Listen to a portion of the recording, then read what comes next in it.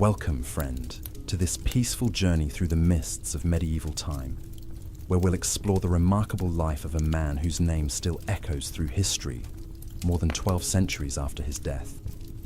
Tonight, our story unfolds in an age of darkness and light, of conquest and culture, where one extraordinary figure would reshape the very foundations of European civilization. Whether you're settling in for the evening or seeking gentle voices to guide you toward rest, I'm grateful you've chosen to join me on this voyage through the extraordinary world of Charlemagne. If this kind of soothing historical storytelling brings you comfort, consider subscribing for more journeys through the quiet corridors of the past. We have countless tales waiting to unfold in the gentle hours between waking and sleep. Have you ever wondered how a single individual could transform an entire continent from fragmented chaos into the foundation of modern Europe? The answer lies not in luck or circumstance, but in the methodical brilliance of a king who understood that true power comes not just from conquest, but from the patient work of building something that would endure long after the sword was sheathed. What I'm about to reveal will transform everything you thought you knew about the so-called Dark Ages. This wasn't simply a period of barbarism and ignorance, but rather a time of remarkable transformation, guided by a ruler whose vision extended far beyond the battlefield into the very soul of what it meant to be civilized.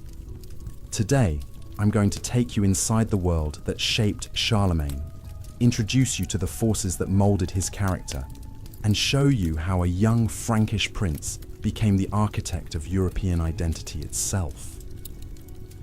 You'll discover how political genius combined with military prowess and cultural vision to create something unprecedented in human history. By the end of this journey, you'll understand not just what Charlemagne accomplished, but why his legacy continues to influence our world today in ways both obvious and subtle. But before we witness the rise of this extraordinary monarch, let me paint you a picture of the world he was born into, a world teetering between the dying echoes of Rome and the uncertain dawn of something entirely new. The year was 742, though the people of that time would have measured it differently, perhaps as the 24th year of the reign of the Merovingian king Childeric III, or simply as another season in the endless cycle of planting and harvest that governed most human lives. The great Roman Empire, which had once stretched from Britain to the Euphrates, had been reduced to a memory in the West, its final emperor deposed just 2.5 centuries earlier. Yet the ghost of Rome haunted every corner of Europe. Its roads still carried merchants and pilgrims across vast distances. Its laws still governed disputes in countless communities. Its language, Latin, remained the tongue of learning and diplomacy. Most importantly, its Christian faith had taken deep root in lands that had once worshipped Jupiter and Mars, creating a new kind of unity that transcended the old tribal boundaries. Into this world of transformation was born Charles, later called Carolus Magnus, or Charlemagne, the Great Charles. His birthplace was likely Aachen, though some scholars suggest Liège, in the heart of what we now call the Low Countries. The exact location matters less than the world he entered, a realm where his grandfather, Charles Martel, had already begun the work of reshaping Frankish power. The Frankish kingdom of the 8th century was unlike anything we might recognize as a unified state today. Picture instead a complex web of personal loyalties, where power flowed not through institutions, but through relationships between individuals, bound by oaths of loyalty and mutual obligation. The king ruled not through bureaucracy, but through the force of his personality, the strength of his sword arm, and his ability to reward loyalty while punishing betrayal. Charles Martel, Charlemagne's grandfather, had earned his surname meaning the Hammer through his devastating victory over Muslim forces at the Battle of Tours in 732. This triumph had not only halted the northward expansion of Islamic power into Europe, but had also established the Carolingian family as the true power behind the Merovingian throne. The official kings, descendants of the legendary Merovech, had become mere figureheads, their long hair and ceremonial authority masking their complete dependence on Carolingian support. This political arrangement, where one family held the crown while another wielded the power, created a fascinating dynamic that would profoundly influence young Charles's understanding of authority and legitimacy. From his earliest years, he observed how real power operated differently from official power, how respect was earned rather than inherited, and how effective leadership required constant demonstration of competence and strength. Pepin the Short, Charlemagne's father, had inherited Charles Martel's position as mayor of the palace, the official who supposedly served the Merovingian king, but actually controlled the kingdom's military and administrative functions. Pepin was a remarkable figure in his own right, possessed of both political cunning and genuine administrative ability. Unlike many strongmen who seize power through force alone, Pepin understood that lasting authority required more than military success. The world that shaped young Charles was one of constant warfare, but not the chaotic violence we might imagine. Medieval warfare, particularly among the Franks, followed certain patterns and customs that made it more predictable and, in some ways, more civilized than the conflicts that would follow in later centuries. Battles were seasonal affairs, conducted when weather permitted travel, and when agricultural work did not require every available hand. More importantly, warfare served multiple functions beyond simple conquest. It was a means of demonstrating royal authority, of binding noble followers through shared danger and shared rewards, and of maintaining the military skills that every free Frankish man was expected to possess. Young nobles like Charles learned to fight, not as a separate skill, but as part of their broader education in leadership and governance. The education of a Frankish prince in the 8th century encompassed far more than we might expect from what we sometimes call the Dark Ages. While formal literacy was not universal, even among the nobility, the curriculum for future leaders included military training, legal knowledge, diplomatic skills, and at least some familiarity with Christian theology and classical learning. Charles received instruction in Latin, the language of administration and scholarship, though he would always prefer his native Germanic tongue for daily conversation. Perhaps most importantly, Charles's education included extensive exposure to the practical realities of governance. He accompanied his father on military campaigns, observed diplomatic negotiations, and participated in the complex ceremonies that bound Frankish society together. This hands-on approach to learning would prove invaluable when he later faced the enormous challenges of ruling an empire that stretched across most of Western Europe.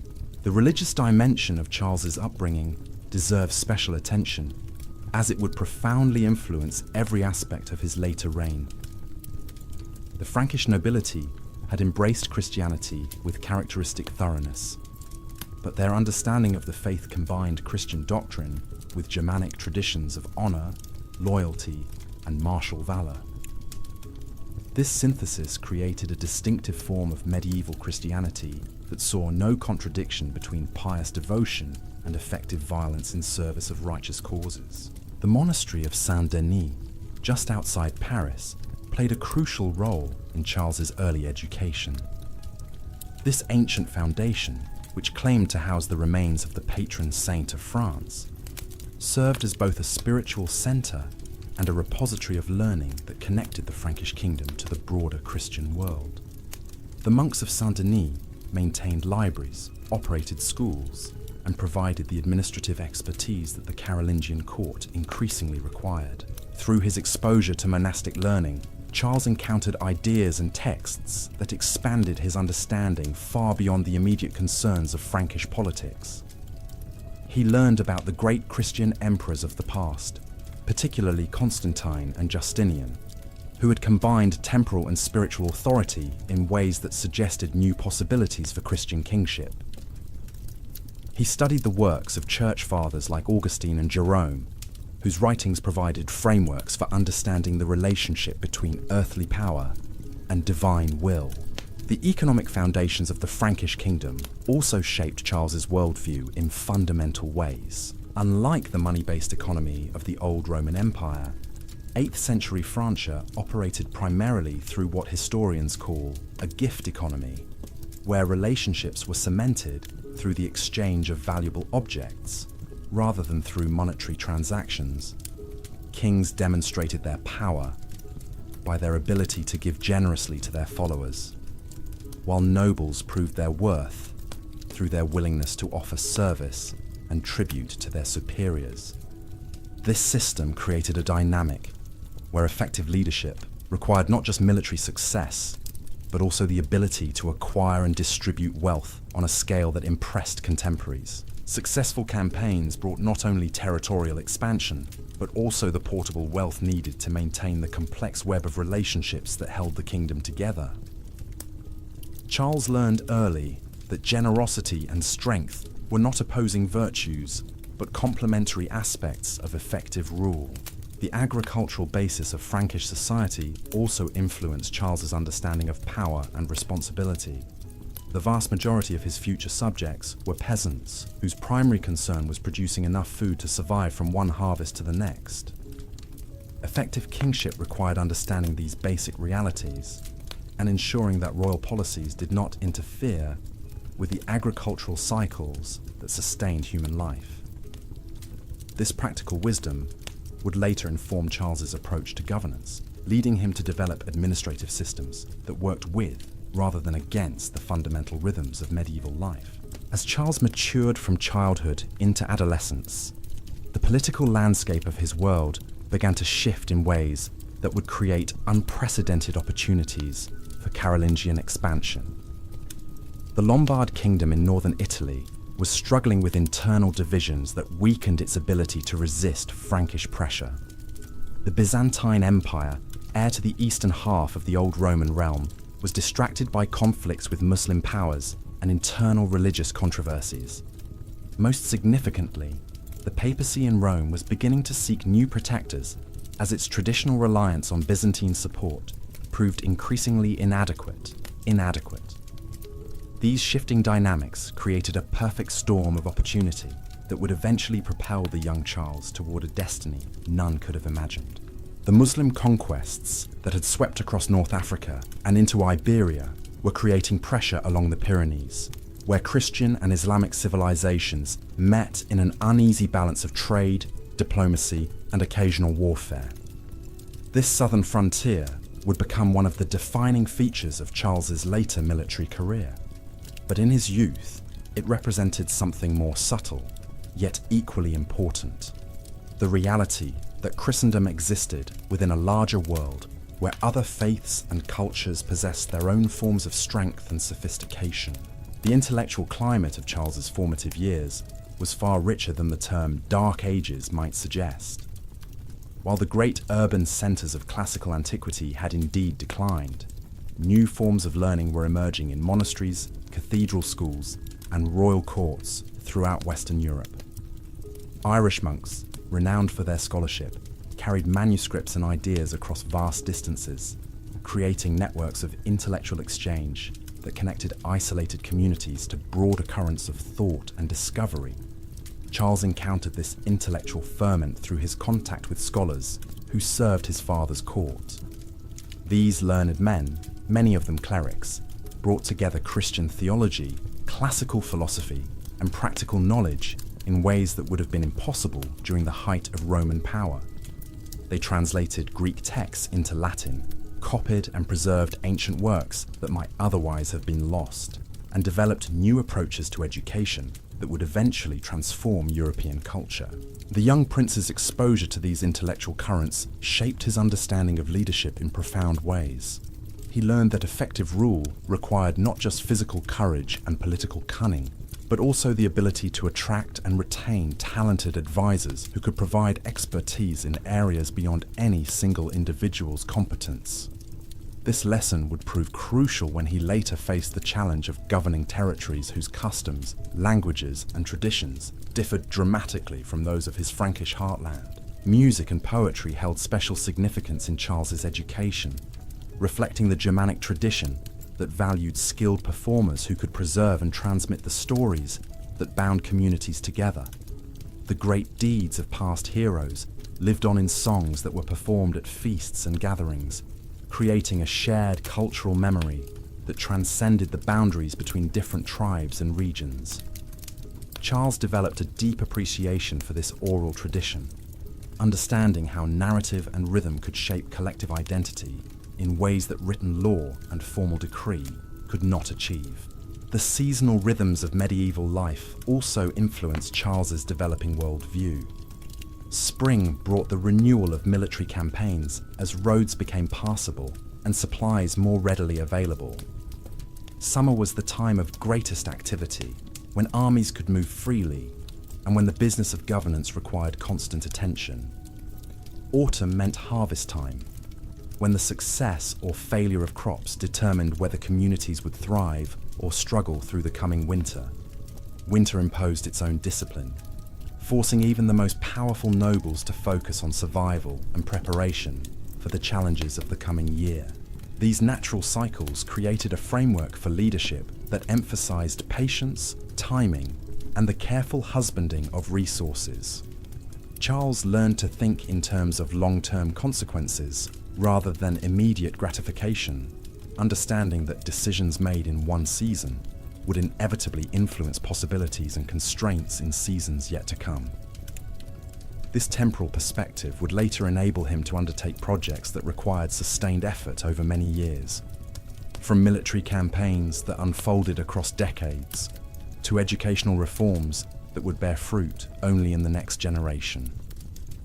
The role of women in Frankish society, while limited by the standards of later ages, was nonetheless significant enough to influence Charles's understanding of power and alliance. Noble women could inherit property, arrange marriages, and exercise considerable influence within their households and extended families. Charles's own mother, Bertrada of Laon, played an active role in the political calculations that shaped Carolingian policy, demonstrating that effective leadership often required the ability to work with and through female networks of influence. The marriage politics of the 8th century were particularly complex, involving not just personal relationships, but also territorial claims, military alliances, and religious considerations.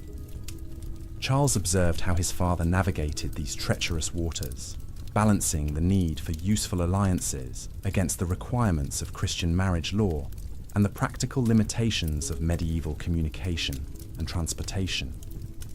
These lessons in diplomatic marriage would later serve Charles well as he sought to consolidate his conquests through carefully chosen matrimonial connections. Trade relationships also played a crucial role in shaping the world of Charles's youth.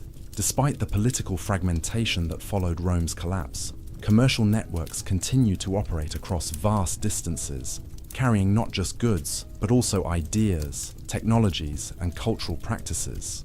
Merchants from Byzantine territories brought silk and spices northward, while Frankish traders carried amber, furs, and manufactured goods southward toward the Mediterranean. These exchanges created a web of interdependence that transcended political boundaries and provided aspiring rulers with both opportunities and vulnerabilities. The monetary systems of this period reflected the transitional nature of early medieval society. While Roman coins continued to circulate, their value often depended more on the silver content than on the authority of long-dead emperors. Local rulers began minting their own currency, creating a complex patchwork of competing standards that made long-distance trade challenging, but not impossible. Charles learned to think about wealth in multiple forms: land that produced agricultural surplus, precious metals that could be coined or fashioned into gifts, and the loyalty of followers who could provide military service when needed. Religious festivals and ceremonies punctuated the calendar with moments of special significance that reinforced social bonds and political relationships.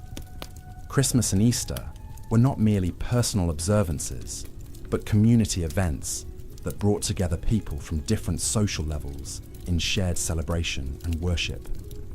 These occasions provided opportunities for rulers to demonstrate their piety, generosity, and connection to divine authority, while also allowing them to gauge the mood of their subjects and the loyalty of their supporters. The cult of saints held particular importance in this religious landscape. creating networks of devotion that crossed political boundaries and provided alternative forms of authority and legitimacy. Relics of martyrs and holy men were believed to possess miraculous powers that could protect communities, heal the sick, and ensure victory in battle. Charles learned to appreciate both the spiritual significance of these beliefs and their practical utility in binding diverse populations together under common symbols and narratives. Pilgrimage was another important aspect of medieval religious life that influenced Charles's understanding of his world. The journey to sacred sites was considered both a spiritual discipline and a form of penance that could expiate sins and demonstrate devotion. These religious travels created opportunities for cultural exchange and political negotiation, as pilgrims from different kingdoms encountered each other along the ancient roads that still connected distant regions of former Roman territory. The legal traditions that governed Frankish society were equally complex, combining Roman law, Germanic custom, and Christian doctrine in ways that reflected the hybrid nature of early medieval civilization. Different communities often followed different legal codes, creating a patchwork of jurisdictions that required skilled arbitration and careful negotiation. Charles observed how his father dealt with these complexities, learning that effective rule often meant finding ways to honor diverse traditions, while maintaining sufficient consistency to prevent chaos and confusion. As Charles approached adulthood, the political situation in Francia was becoming increasingly unstable in ways that would soon create unprecedented opportunities for Carolingian advancement. The last Merovingian kings were proving utterly incapable of providing the leadership that the kingdom required, while external threats from Muslim raiders, Germanic tribes, and Byzantine political interference demanded responses that only strong unified leadership could provide. The stage was being set for a transformation that would reshape not just the Frankish kingdom, but the entire character of European civilization. The young man who had learned statecraft at his father's side, who had absorbed the wisdom of monastic schools and the practical knowledge of military camps, who understood both the spiritual aspirations and material needs of his people, was about to embark on a career that would justify his later title as the Father of Europe.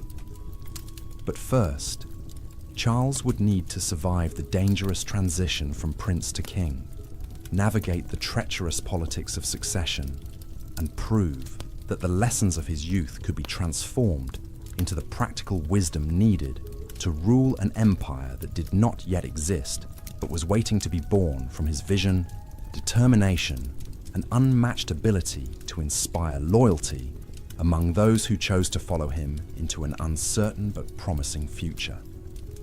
The death of Pepin the Short in 768 marked the beginning of one of history's most consequential power struggles, though few at the time could have anticipated the magnitude of what was about to unfold. According to Frankish custom, the kingdom was divided between Pepin's two sons. Charles, now 26 years old, received the northern and western portions of the realm, while his younger brother Carloman inherited the southeastern territories that bordered the Lombard Kingdom of Italy. This division created immediate tensions that threatened to tear apart everything the Carolingian family had spent generations building. The two brothers possessed fundamentally different temperaments and approaches to leadership. Charles was bold, expansive in his thinking, and possessed of an almost supernatural energy that seemed to radiate from his imposing physical presence. Contemporary sources describe him as unusually tall for his era, standing nearly 6.5 feet in height, with piercing blue eyes and a commanding voice that could be heard across a battlefield or a great hall filled with nobles. Carloman, by contrast, was more cautious and contemplative, deeply religious in a way that sometimes bordered on asceticism. Where Charles saw opportunities for expansion and conquest, Carloman perceived risks and complications that might threaten the stability of their father's legacy. These differences in personality might have been manageable in other circumstances, but the realities of 8th century politics made cooperation between the brothers essential for survival. The Lombard question dominated the early years of Charles's reign in ways that would have profound consequences for the future of Europe. The Lombard kingdom, centered in northern Italy, had been expanding southward toward papal territories, creating a crisis that demanded immediate attention from the Christian powers of the north. Pope Stephen III, faced with the prospect of Lombard domination over Rome itself, appealed desperately to the Frankish brothers for military assistance. This papal appeal created a dilemma that perfectly illustrated the complex relationship between temporal and spiritual authority in medieval Europe. The Pope possessed enormous moral influence, but lacked the military resources to defend his territories. The Frankish kings commanded powerful armies, but needed papal approval to legitimize their authority over newly conquered Christian populations. The interdependence was obvious, but the practical mechanics of cooperation proved extraordinarily difficult to negotiate. Charles favored immediate intervention in Italy, seeing an opportunity to expand Frankish influence while fulfilling what he perceived as Christian duty to protect the church. Carloman urged caution, fearing that military adventures in distant territories might weaken their defenses against more immediate threats from Germanic tribes along the eastern frontier. The disagreement between the brothers created a diplomatic paralysis that frustrated papal representatives and encouraged Lombard aggression. The situation became even more complex when Desiderius, the Lombard king, attempted to exploit the division between the Frankish brothers through a sophisticated diplomatic strategy that combined marriage alliances with territorial concessions. He offered to arrange marriages between his daughters and members of the Carolingian family, while simultaneously proposing territorial exchanges that would have given the Lombards greater security in their southern expansion. These negotiations revealed Charles's growing sophistication as a political strategist. Rather than rejecting Lombard overtures outright, he engaged in extended discussions that allowed him to gather intelligence about Lombard military capabilities and internal politics, while avoiding premature commitment to any particular course of action. This diplomatic maneuvering demonstrated that Charles had learned well from his father's example, understanding that effective leadership often required patience and careful calculation rather than immediate action. The death of Carloman in December 771 transformed the political landscape overnight, eliminating the division that had paralyzed Frankish policy and providing Charles with an opportunity to demonstrate the qualities that would define his entire reign. Rather than allowing Carloman's territories to pass to his infant sons, as Frankish law technically required, Charles moved with lightning speed to claim the entire Carolingian inheritance for himself. This decisive action revealed the calculating intelligence beneath Charles's warrior exterior. He understood that divided authority would invite external intervention and internal rebellion, while unified leadership under his control could provide the strength necessary to address the multiple challenges facing the Frankish realm. The speed and efficiency with which he consolidated power demonstrated organizational capabilities that would later enable him to govern territories spanning from the Atlantic to the Danube. The elimination of internal division also allowed Charles to address the Italian situation with characteristic decisiveness. In 773, responding to renewed papal appeals for assistance against Lombard aggression, he launched the first of many campaigns that would fundamentally alter the balance of power in medieval Europe. The decision to intervene in Italy was not merely reactive, but reflected a broader strategic vision that saw the peninsula as essential to any lasting expansion of Frankish influence. The logistics of moving a substantial Frankish army across the Alps represented a formidable challenge that tested every aspect of Charles's leadership abilities. Medieval armies depended entirely on local resources for sustenance, making long-distance campaigns exercises in improvised supply management as much as military strategy. Charles had to coordinate the movement of thousands of warriors, their equipment, and their support personnel across mountain passes that had challenged even Roman legions at the height of their power. The successful completion of this Alpine crossing demonstrated organizational capabilities that contemporaries found almost miraculous. Charles had not only moved his army intact across treacherous terrain, but had done so quickly enough to achieve tactical surprise against Lombard defenders who had assumed the mountains provided adequate protection against northern invasion. This achievement established Charles's reputation as a military genius whose capabilities extended far beyond personal courage or tactical insight. The siege of Pavia, the Lombard capital, became a masterclass in medieval warfare that revealed Charles's understanding of both military science and psychological pressure. Rather than attempting costly direct assaults against the city's formidable fortifications, Charles established a comprehensive blockade that gradually strangled Lombard resistance while minimizing Frankish casualties. The siege lasted nearly a year, during which Charles demonstrated the patience and persistence that would characterize all his major undertakings. During the long months outside Pavia, Charles used the enforced delay to study Lombard society and culture with the thoroughness that would become his trademark approach to governing conquered territories. He learned about local laws and customs, identified potential allies among the Lombard nobility, and developed administrative plans for integrating the kingdom into the expanding Frankish realm. This preparation proved invaluable when Pavia finally surrendered in June 774. The fall of the Lombard kingdom marked Charles's transformation from regional Frankish king into a European power whose influence extended across the former heartland of the Western Roman Empire. His assumption of the Lombard crown demonstrated political sophistication that combined military conquest with legal legitimacy, as he claimed authority not as a foreign conqueror, but as the rightful successor to Desiderius through the established procedures of Lombard succession law. More significantly, Charles's Italian victory established a new relationship with the papacy that would have profound implications for the development of medieval Christianity.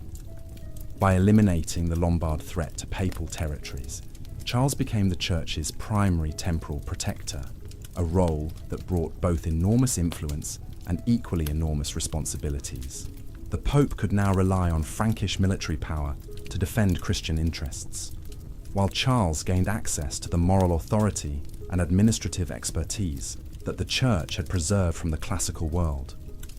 The integration of Lombard territories into the Frankish realm required administrative innovations that revealed Charles's growing understanding of the complexities involved in governing diverse populations across vast distances. Unlike previous Frankish conquests, which had typically involved the displacement or assimilation of defeated peoples, the Italian situation demanded more subtle approaches that could preserve local traditions while ensuring ultimate Frankish authority.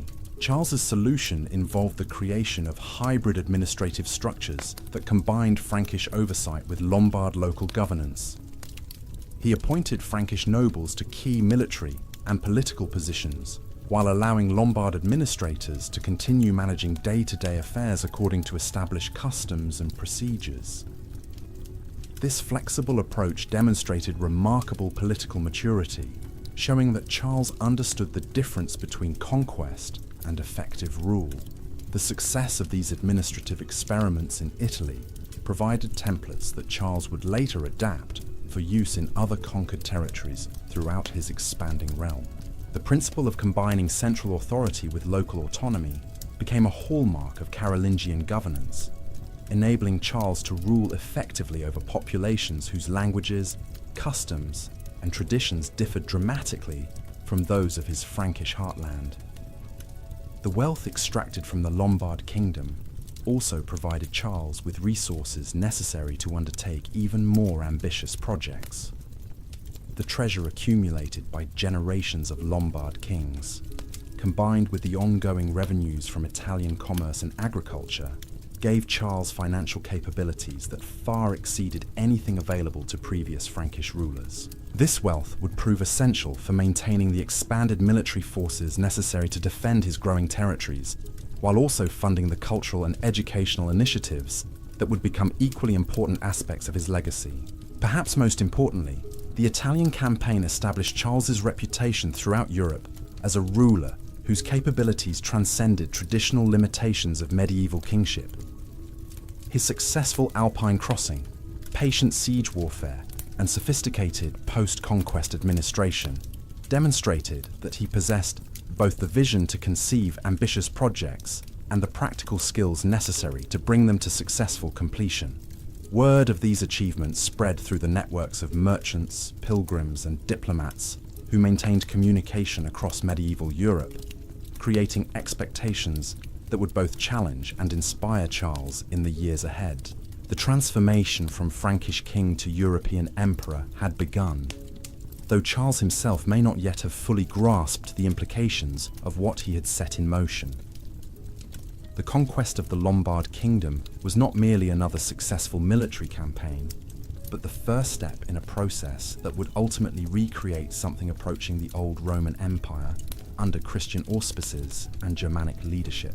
But even as Charles savoured his Italian triumph, new challenges were emerging along other frontiers of his expanding realm. Saxon tribes beyond the Rhine were becoming increasingly aggressive in their resistance to Frankish expansion, while Muslim forces in Spain represented both threat and opportunity for a ruler whose ambitions were beginning to match his demonstrated capabilities. The stage was being set for conflicts that would test every lesson Charles had learned about warfare, diplomacy, and governance, while simultaneously providing opportunities for achievements that would establish his reputation as one of history's most consequential rulers. The young man, who had inherited a divided Frankish kingdom, was rapidly becoming the architect of a new European order that would influence the development of Western civilization for centuries to come. Civilization for centuries to come. The Saxon wars that would consume the next 3 decades of Charles's reign began almost by accident, yet they would prove to be the defining struggle of his entire career. Unlike his swift conquest of the Lombards, the Saxon conflict would test his patience, his strategic thinking, and his fundamental understanding of what it meant to be a Christian emperor in ways that no previous challenge had attempted. The Saxon territories stretched across the vast forests and marshlands between the Rhine and Elbe rivers, encompassing lands that had never known Roman rule and whose inhabitants had maintained their ancient Germanic customs with fierce independence for centuries. These were not the civilized kingdoms of Italy or Gaul, with their cities, written laws, and established hierarchies, but rather a collection of tribal confederations whose primary bonds were kinship, shared ritual, and common resistance to foreign domination. The Saxons posed a unique challenge that Charles had not encountered in his previous campaigns. They possessed no central authority that could surrender on behalf of all Saxon peoples, no capital city whose capture would end resistance, no king whose defeat would ensure lasting peace. Instead, Saxon society was organized around numerous tribal groups, each with its own leaders, its own sacred sites, and its own understanding of honor and obligation that made accommodation with Frankish authority extremely difficult to achieve. The religious dimension of the Saxon conflict added layers of complexity that transformed what might have been a conventional territorial dispute into something approaching a holy war. The Saxons remained devoted to their ancestral gods, worshipping in sacred groves and maintaining religious practices that Christians considered not merely mistaken, but actively demonic. Their great sacred pillar, the Irminsul, served as both a religious symbol and a focus of tribal identity that represented everything. Frankish Christianity sought to replace Charles's first Saxon campaign in 772, began with characteristic decisiveness, but revealed the limitations of conventional military strategy when applied to unconventional opponents. His forces penetrated deep into Saxon territory, destroying the Irminsul and capturing significant amounts of treasure. Yet these apparent victories produced no lasting submission. The Saxons simply melted away before superior Frankish forces, only to reappear once the invaders had withdrawn to deal with other pressing concerns. This pattern of advance and retreat, victory and renewed resistance would characterize the Saxon wars for decades to come. Charles would win battles, capture territory, and extract oaths of submission, only to discover that Saxon leaders considered these agreements void once Frankish armies had departed. The Saxons fought according to their own understanding of warfare, which emphasized survival and eventual victory over immediate tactical success. The most formidable Saxon leader to emerge during these conflicts was Widukind, a nobleman whose name would become synonymous with resistance to Frankish domination. Widukind possessed the rare combination of military skill and political intelligence that enabled him to coordinate Saxon resistance across tribal boundaries, creating a unified opposition that Charles had not anticipated when he first crossed the Rhine. More importantly, Widukind understood that defeating Charles required more than military success. It demanded the kind of sustained resistance that would exhaust Frankish resources and patience.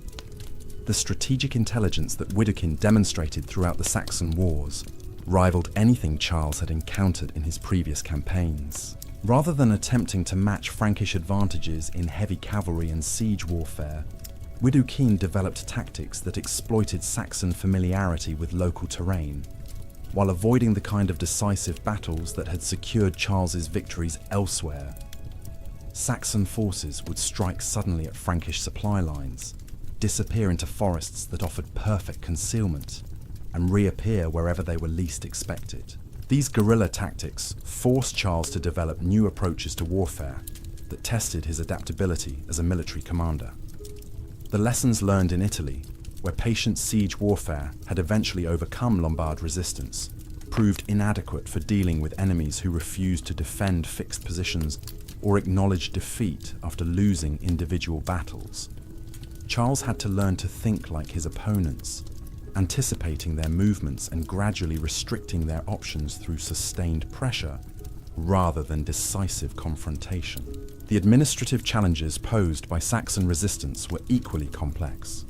Charles could conquer Saxon territory and establish Frankish garrisons, but maintaining control required constant vigilance and enormous resources. Every Frankish settlement in Saxon lands needed protection, every Christian missionary required military escort, and every attempt to impose Frankish law met with passive or active resistance that threatened to undermine the entire project of integration. The religious conversion of the Saxons became central to Charles's strategy for ending the conflict, though his approach to this spiritual conquest revealed tensions between Christian ideals and political necessities that would influence medieval attitudes toward conversion for centuries to come. Charles understood that military victory alone would never produce lasting Saxon submission. Only by transforming Saxon religious beliefs could he hope to integrate these proud peoples into his expanding Christian empire.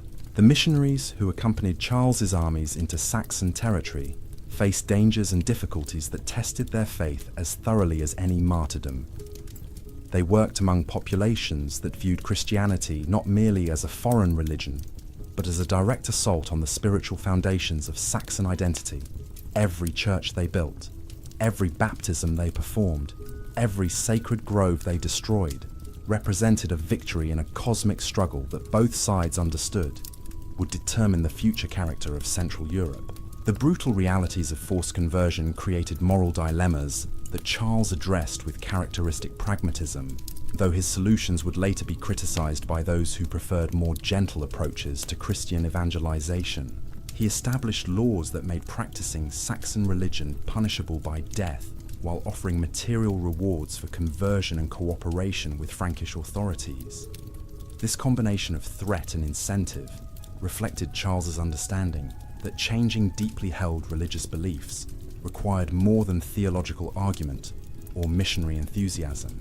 The massacre at Verdun in 782 represented the darkest moment of the Saxon Wars and revealed the lengths to which Charles would go to secure Saxon submission.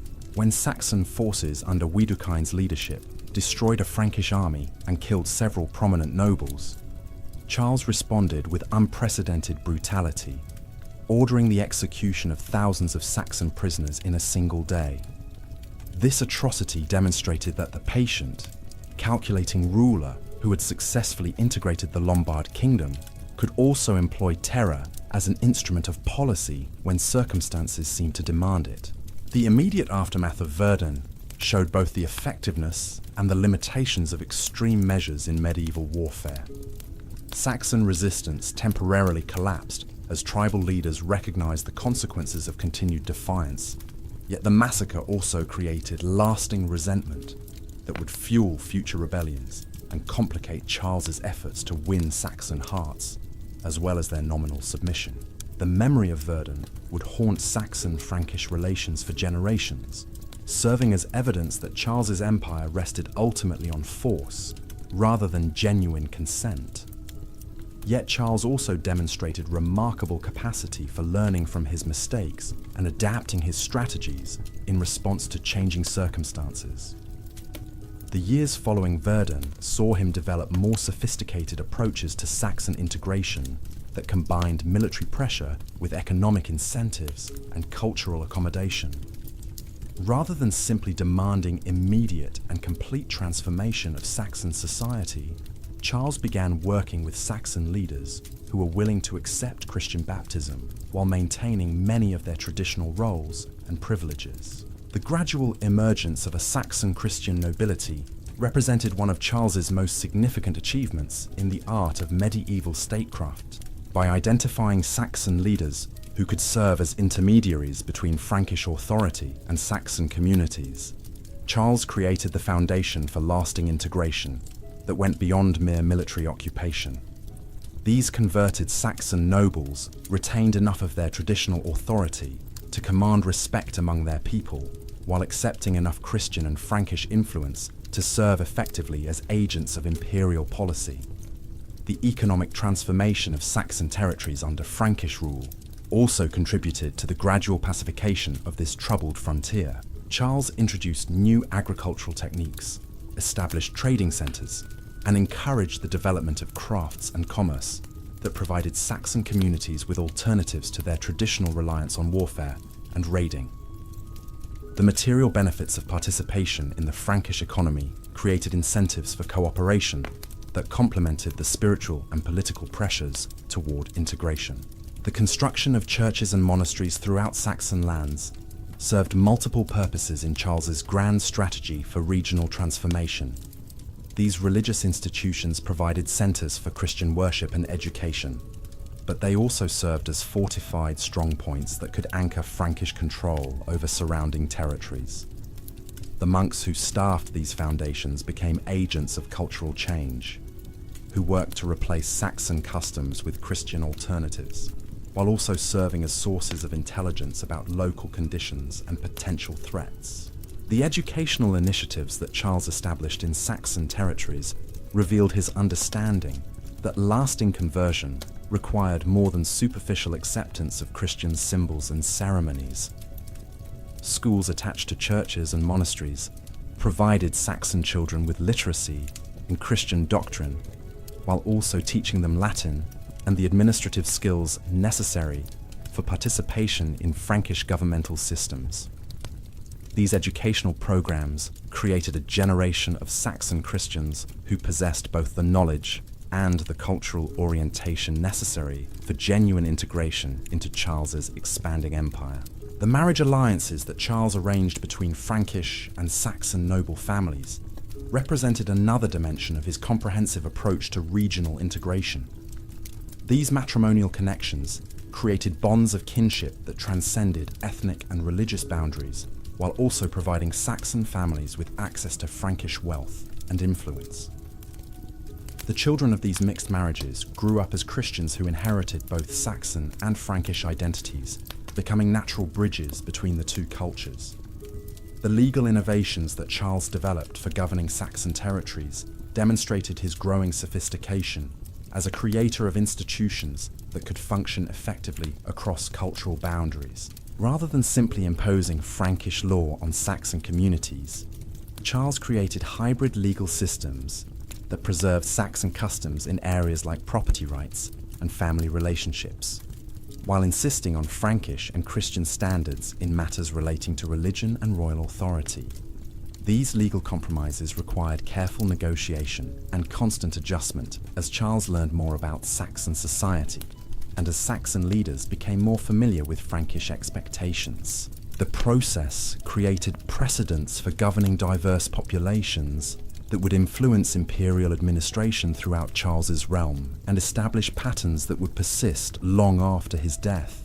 The successful integration of Saxon territories into the Carolingian Empire represented a triumph of patient diplomacy and cultural flexibility that complemented Charles's more famous military achievements. The final submission of Widukind in 785 marked the symbolic end of Saxon independence and the beginning of a new era in the relationship between Germanic and Christian civilizations. Widukind's conversion and baptism, with Charles serving as his godfather, demonstrated that even the most determined opponents could eventually be brought into the Christian fold through the combination of pressure and persuasion that characterized Charles's mature approach to conquest and conversion. Yet the Saxon Wars had also transformed Charles himself in ways that would influence every aspect of his subsequent reign. The decades of conflict had tested his patience, his strategic thinking, and his understanding of the relationship between military force and political authority in ways that no previous challenge had attempted. The lessons learned in the Saxon forests and marshlands would inform his approach to governing an empire that now stretched from the Atlantic to the Elbe and from the North Sea to the Mediterranean. The successful conclusion of the Saxon Wars also provided Charles with the security and confidence necessary to undertake even more ambitious projects that would establish his reputation as one of history's most consequential rulers. With his northern and eastern frontiers finally secure, Charles could turn his attention to the cultural and educational initiatives that would earn him recognition as the father of European learning and the creator of what historians would later call the Carolingian Renaissance. But even as Charles celebrated his Saxon triumph, new challenges and opportunities were emerging that would test his abilities as a ruler and a Christian emperor in ways that would ultimately lead to his coronation as Roman emperor and his recognition as the heir to Augustus Caesar himself. The Spanish frontier beckoned to Charles with promises both glorious and treacherous, offering opportunities that would test his expanding vision of Christian empire against the sophisticated Islamic civilization that had flourished in Iberia for nearly 7 decades. The Muslim conquest of Visigothic Spain in 711 had created a complex political landscape where Christian, Jewish, and Islamic communities coexisted under Umayyad rule, generating wealth and cultural achievements that rivaled anything in contemporary Europe. The call for Frankish intervention came from an unexpected source: Sulayman ibn al-Arabi, the Muslim governor of Barcelona, who found himself in rebellion against the Umayyad emir Abd al-Rahman I in Córdoba. This invitation from a Muslim leader to assist in what was essentially a civil war within Islamic Spain presented Charles with diplomatic and strategic opportunities, unlike anything he had previously encountered. Here was a chance to expand Christian influence southward while exploiting divisions within the Islamic world. Charles's decision to intervene in Spanish affairs reflected his growing confidence as a European power broker and his increasingly sophisticated understanding of the complex relationships between religion, politics, and military strategy. The expedition he planned for 778 would be unlike his previous campaigns, requiring him to navigate not only military challenges, but also the delicate diplomacy of alliance with Muslim partners against Muslim enemies. The army that Charles assembled for his Spanish campaign represented the full power of his expanding empire. Frankish heavy cavalry formed the core of his forces, but he also brought Lombard infantry, Saxon auxiliaries who had recently submitted to his authority, and various allied contingents from throughout his territories. This multinational force reflected the transformation of Frankish military organization from a tribal warband into an imperial army capable of projecting power across vast distances. The logistics of moving this substantial force across the Pyrenees and into hostile territory required organizational capabilities that few medieval rulers possessed. Charles had to coordinate supplies, establish communication lines, and plan for contingencies in terrain that offered both opportunities and dangers for an invading army. The mountain passes that provided access to Spain could easily become traps if defended by determined opponents or blocked by adverse weather. The initial phases of the Spanish campaign proceeded according to plan, with Charles's forces successfully crossing the Pyrenees and advancing toward their primary objectives. Pamplona, the principal city of the Basque regions, fell to Frankish assault, providing Charles with a strategic base for further operations, while also demonstrating the effectiveness of his military machine against Spanish defenses. The ease of these early victories may have contributed to a sense of confidence that would later prove misplaced. The siege of Zaragoza, however, revealed the limitations of Charles's intelligence about Spanish conditions and the reliability of his Muslim allies.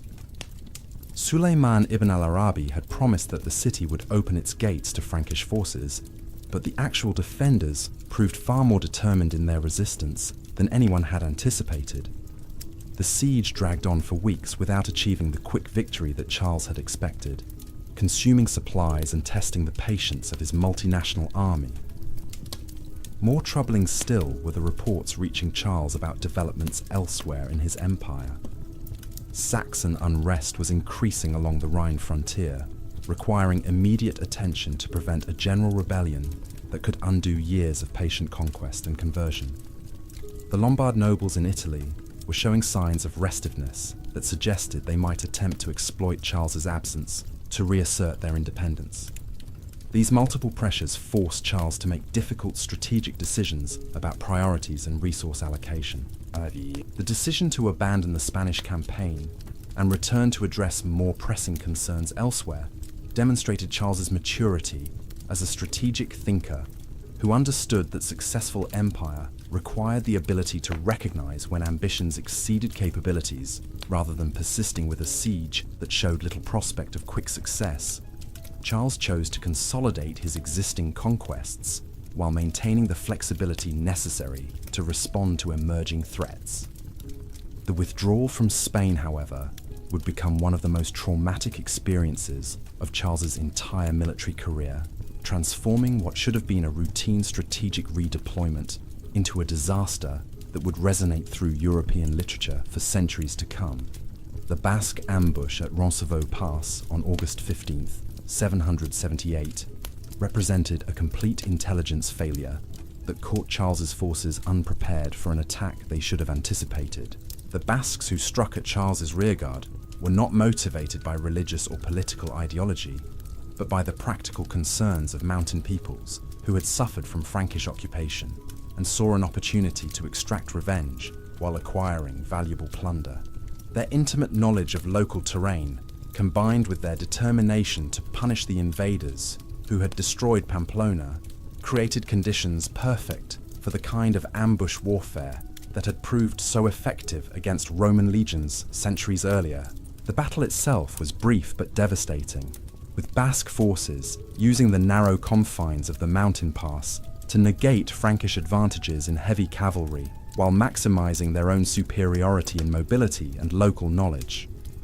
The Frankish rearguard, laden with treasure from their Spanish expedition and unprepared for serious resistance, found themselves trapped in terrain that offered no opportunity for organized defense or effective counterattack.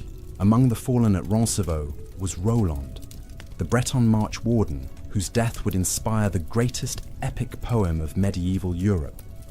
Though the historical Roland was probably a relatively minor figure in Charles's administration, his heroic last stand against overwhelming odds captured imaginations in ways that transform military disaster into cultural triumph. The Song of Roland would eventually present the ambush as a glorious Christian martyrdom rather than a tactical defeat, demonstrating how medieval culture could transmute political failure into spiritual victory.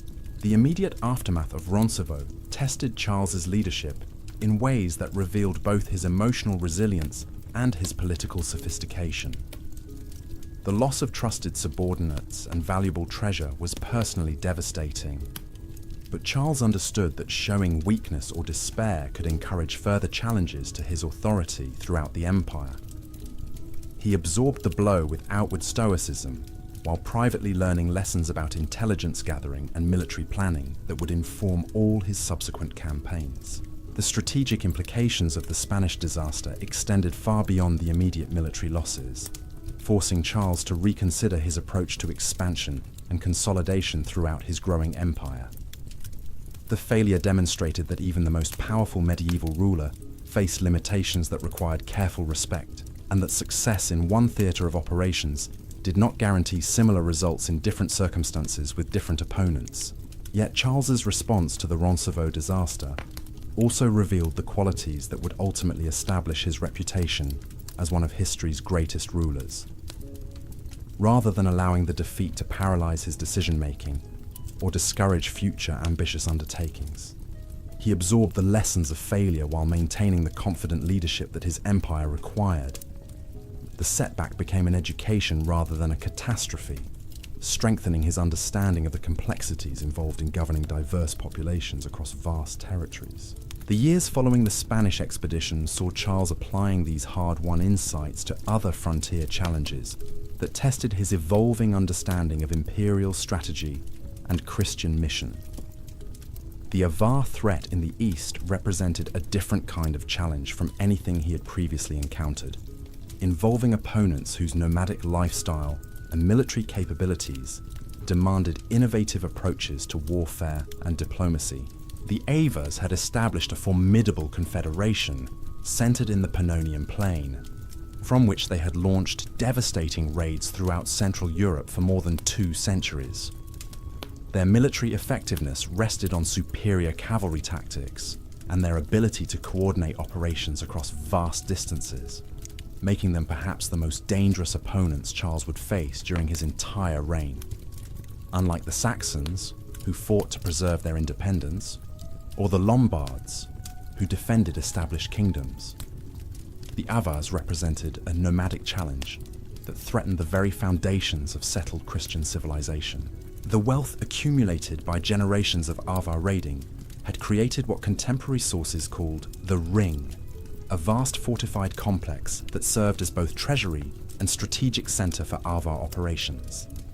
The treasure stored within this fortress represented centuries of plunder extracted from Byzantine, Frankish, and other European targets, making its capture a prize that could fund Charles's expanding governmental and military operations for decades to come. The Avar campaigns that Charles launched beginning in 791 demonstrated his growing mastery of the logistical and strategic challenges involved in projecting power across vast distances against highly mobile opponents. These operations required coordination between multiple armies, operating from different directions, sophisticated intelligence gathering about Avar movements and intentions, and careful timing to prevent Avar forces from simply withdrawing beyond Frankish reach. The successful destruction of the Avar Confederation and the capture of the Ring's treasure represented one of Charles's most complete military triumphs, eliminating a threat that had plagued Europe for generations while providing resources that would enable even more ambitious projects in the years ahead. The victory also demonstrated Charles's evolution as a military commander who could adapt his tactics and strategy to meet the specific challenges posed by different types of opponents. More significantly, the Avar success established Charles's reputation throughout Europe as a ruler whose capabilities transcended regional limitations and approached something resembling universal Christian leadership. The elimination of the last major non-Christian power in Central Europe created conditions that would eventually lead to his recognition as Roman Emperor and his acceptance as the legitimate heir to imperial traditions that stretched back to Augustus Caesar. The cultural and intellectual developments that accompanied Charles's military successes during this period revealed another dimension of his vision for Christian empire that extended far beyond conquest and territorial expansion. The scholars, artists, and administrators who gathered at his court were creating new forms of learning and cultural expression that would influence European development for centuries to come, establishing patterns of intellectual life that would eventually earn Charles recognition as the father of the Carolingian Renaissance. The palace school that Charles established at Aachen became a center of learning that attracted the finest minds from throughout Europe. creating an intellectual community that combined Christian theology with classical learning in ways that had not been attempted since the fall of Rome. The curriculum developed at this institution provided models for education that would spread throughout Charles's empire and beyond, establishing foundations for the medieval university system that would emerge in later centuries. The manuscript copying and preservation projects that Charles sponsored represented equally important contributions to European cultural development, ensuring the survival of classical texts that might otherwise have been lost during the political upheavals of the early medieval period. The standardized script that his scholars developed improved the accuracy and legibility of copied texts, while also creating visual symbols of imperial unity that reinforced political messages through cultural means.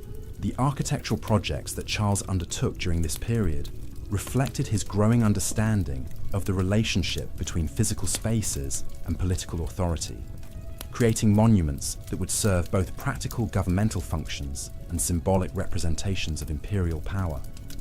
The palace complex at Aachen, with its distinctive chapel modelled on Byzantine and Roman precedents, established architectural standards that would influence church and palace construction throughout medieval Europe.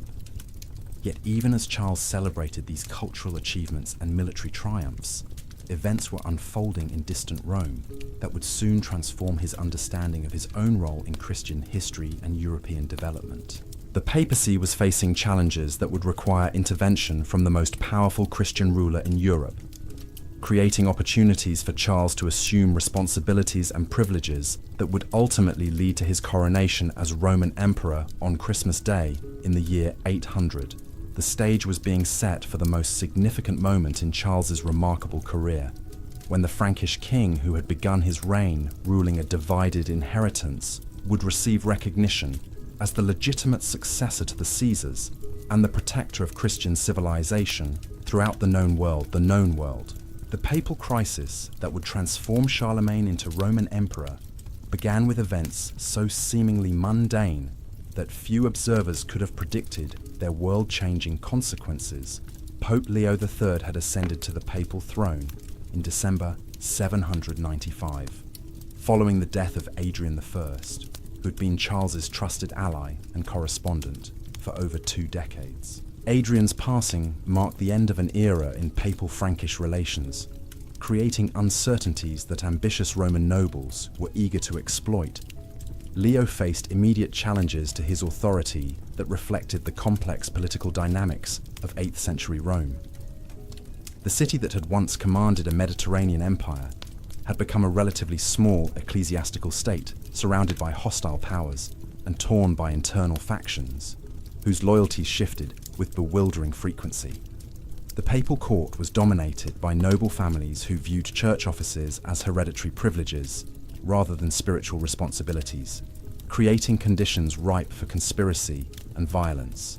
The opposition to Leo coalesced around the nephews of his predecessor, Pascal and Campulus, who believed they had stronger claims to papal authority than the man who had actually been elected. These ambitious clerics possessed both the family connections and the financial resources necessary to challenge Leo's position, but they lacked the military power needed to seize control of Rome by force. Their solution was to seek external support, while simultaneously working to undermine Leo's credibility through accusations of moral corruption and administrative incompetence. The charges leveled against Leo reflected the standard repertoire of medieval political warfare, combining plausible accusations with fantastic claims designed to destroy his reputation among both clerical and secular audiences. His enemies alleged that he had committed adultery and perjury, crimes that would have disqualified him from holding papal office if proven true. More seriously, they suggested that his election had been invalid due to procedural irregularities and factional manipulation. These accusations created a crisis that extended far beyond the immediate question of Leo's personal fitness for office. The authority of the papacy itself was at stake, along with the broader question of who possessed the right to judge the successor of St. Peter. Medieval political theory provided no clear answers to these questions. creating opportunities for creative interpretation that different parties would exploit according to their particular interests and capabilities. The situation exploded into violence on April 25th, 799, during a papal procession through the streets of Rome. Paschal and Campulus, supported by armed followers, attacked Leo as he travelled from the Lateran Palace to the Church of St. Lawrence. The assault was both physically brutal and symbolically devastating, as the conspirators attempted to blind the Pope and cut out his tongue, injuries that would have rendered him incapable of performing his ecclesiastical duties. Contemporary accounts of the attack vary dramatically in their details, reflecting the partisan nature of most medieval historical writing. Supporters of Leo claimed that divine intervention had miraculously healed his wounds, allowing him to escape from his captors and flee Rome despite suffering injuries that should have been fatal. His enemies maintained that he had never been seriously injured at all, suggesting that the entire episode had been staged to generate sympathy and external support for his failing cause. The truth of what happened during those chaotic hours probably lies somewhere between these extreme versions, but the political consequences were clear. Regardless of the specific facts, Leo's flight from Rome created a power vacuum that his enemies were eager to fill, while also providing him with opportunities to seek assistance from external authorities who might have reasons to support papal independence against local Roman factions. Leo's decision to seek refuge with Charlemagne represented a calculated gamble that would reshape the relationship between temporal and spiritual authority throughout medieval Europe. By appealing to the Frankish king for protection and support, Leo was acknowledging that papal independence required external military backing, while also offering Charles unprecedented opportunities to influence church affairs and claim imperial prerogatives. The journey from Rome to Paderborn, where Charles was holding court during his Saxon campaigns, required weeks of dangerous travel through territories controlled by various political factions whose loyalties could not be predicted with confidence. Leo travelled with a small entourage of trusted supporters, carrying papal regalia and documents that would be essential for establishing his credibility with Frankish authorities, who might have limited knowledge of recent Roman developments. Charles's initial response to Leo's arrival demonstrated the political sophistication that had enabled his remarkable rise from regional Frankish king to European hegemon. Rather than immediately endorsing Leo's version of events or promising military intervention, Charles convened a council of advisors to examine the legal and theological questions raised by the papal crisis. This deliberative approach allowed him to gather information while avoiding premature commitments that might prove disadvantageous as circumstances evolved. The theological implications of the crisis were particularly complex, involving fundamental questions about the relationship between divine authority and human judgment that had troubled Christian thinkers since the earliest days of the Church. Could earthly authorities sit in judgment of the Pope, who claimed to be the successor of St. Peter and the Vicar of Christ on earth? If papal authority derived directly from God, then human courts had no jurisdiction over papal conduct. But if the Pope could be judged by human standards, then who possessed the authority to conduct such judgment? The legal dimensions were equally complicated, involving both canon law and secular precedents that often contradicted each other in ways that created opportunities for creative interpretation. Roman law provided some guidance about procedures for trying high officials accused of serious crimes, but these precedents had been developed for secular rather than ecclesiastical contexts. Church law offered different frameworks that emphasized spiritual rather than temporal considerations, creating additional layers of complexity. Charles's approach to these challenges revealed his growing understanding of the relationship between law and power in medieval political systems. Rather than attempting to resolve abstract legal questions through theoretical argument, he focused on practical solutions that could restore stability while advancing Frankish interests. His deliberations were guided not by legal precedent, but by strategic calculation about the long-term implications of different possible outcomes. The council that Charles convened at Paderborn included representatives from throughout his empire, reflecting his understanding that decisions about papal authority would affect all Christian communities under Frankish protection. Bishops, abbots, and secular nobles contributed their perspectives to discussions that ranged across theology, law, politics, and military strategy. The diversity of viewpoints ensured thorough examination of the issues, while also building consensus for whatever solution Charles ultimately chose to implement.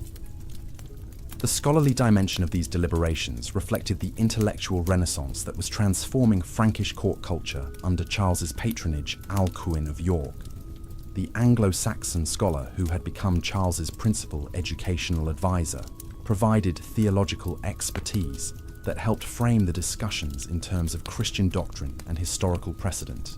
Other court scholars contributed knowledge of Roman law, canonical traditions, and political theory that enriched the analysis of this unprecedented situation.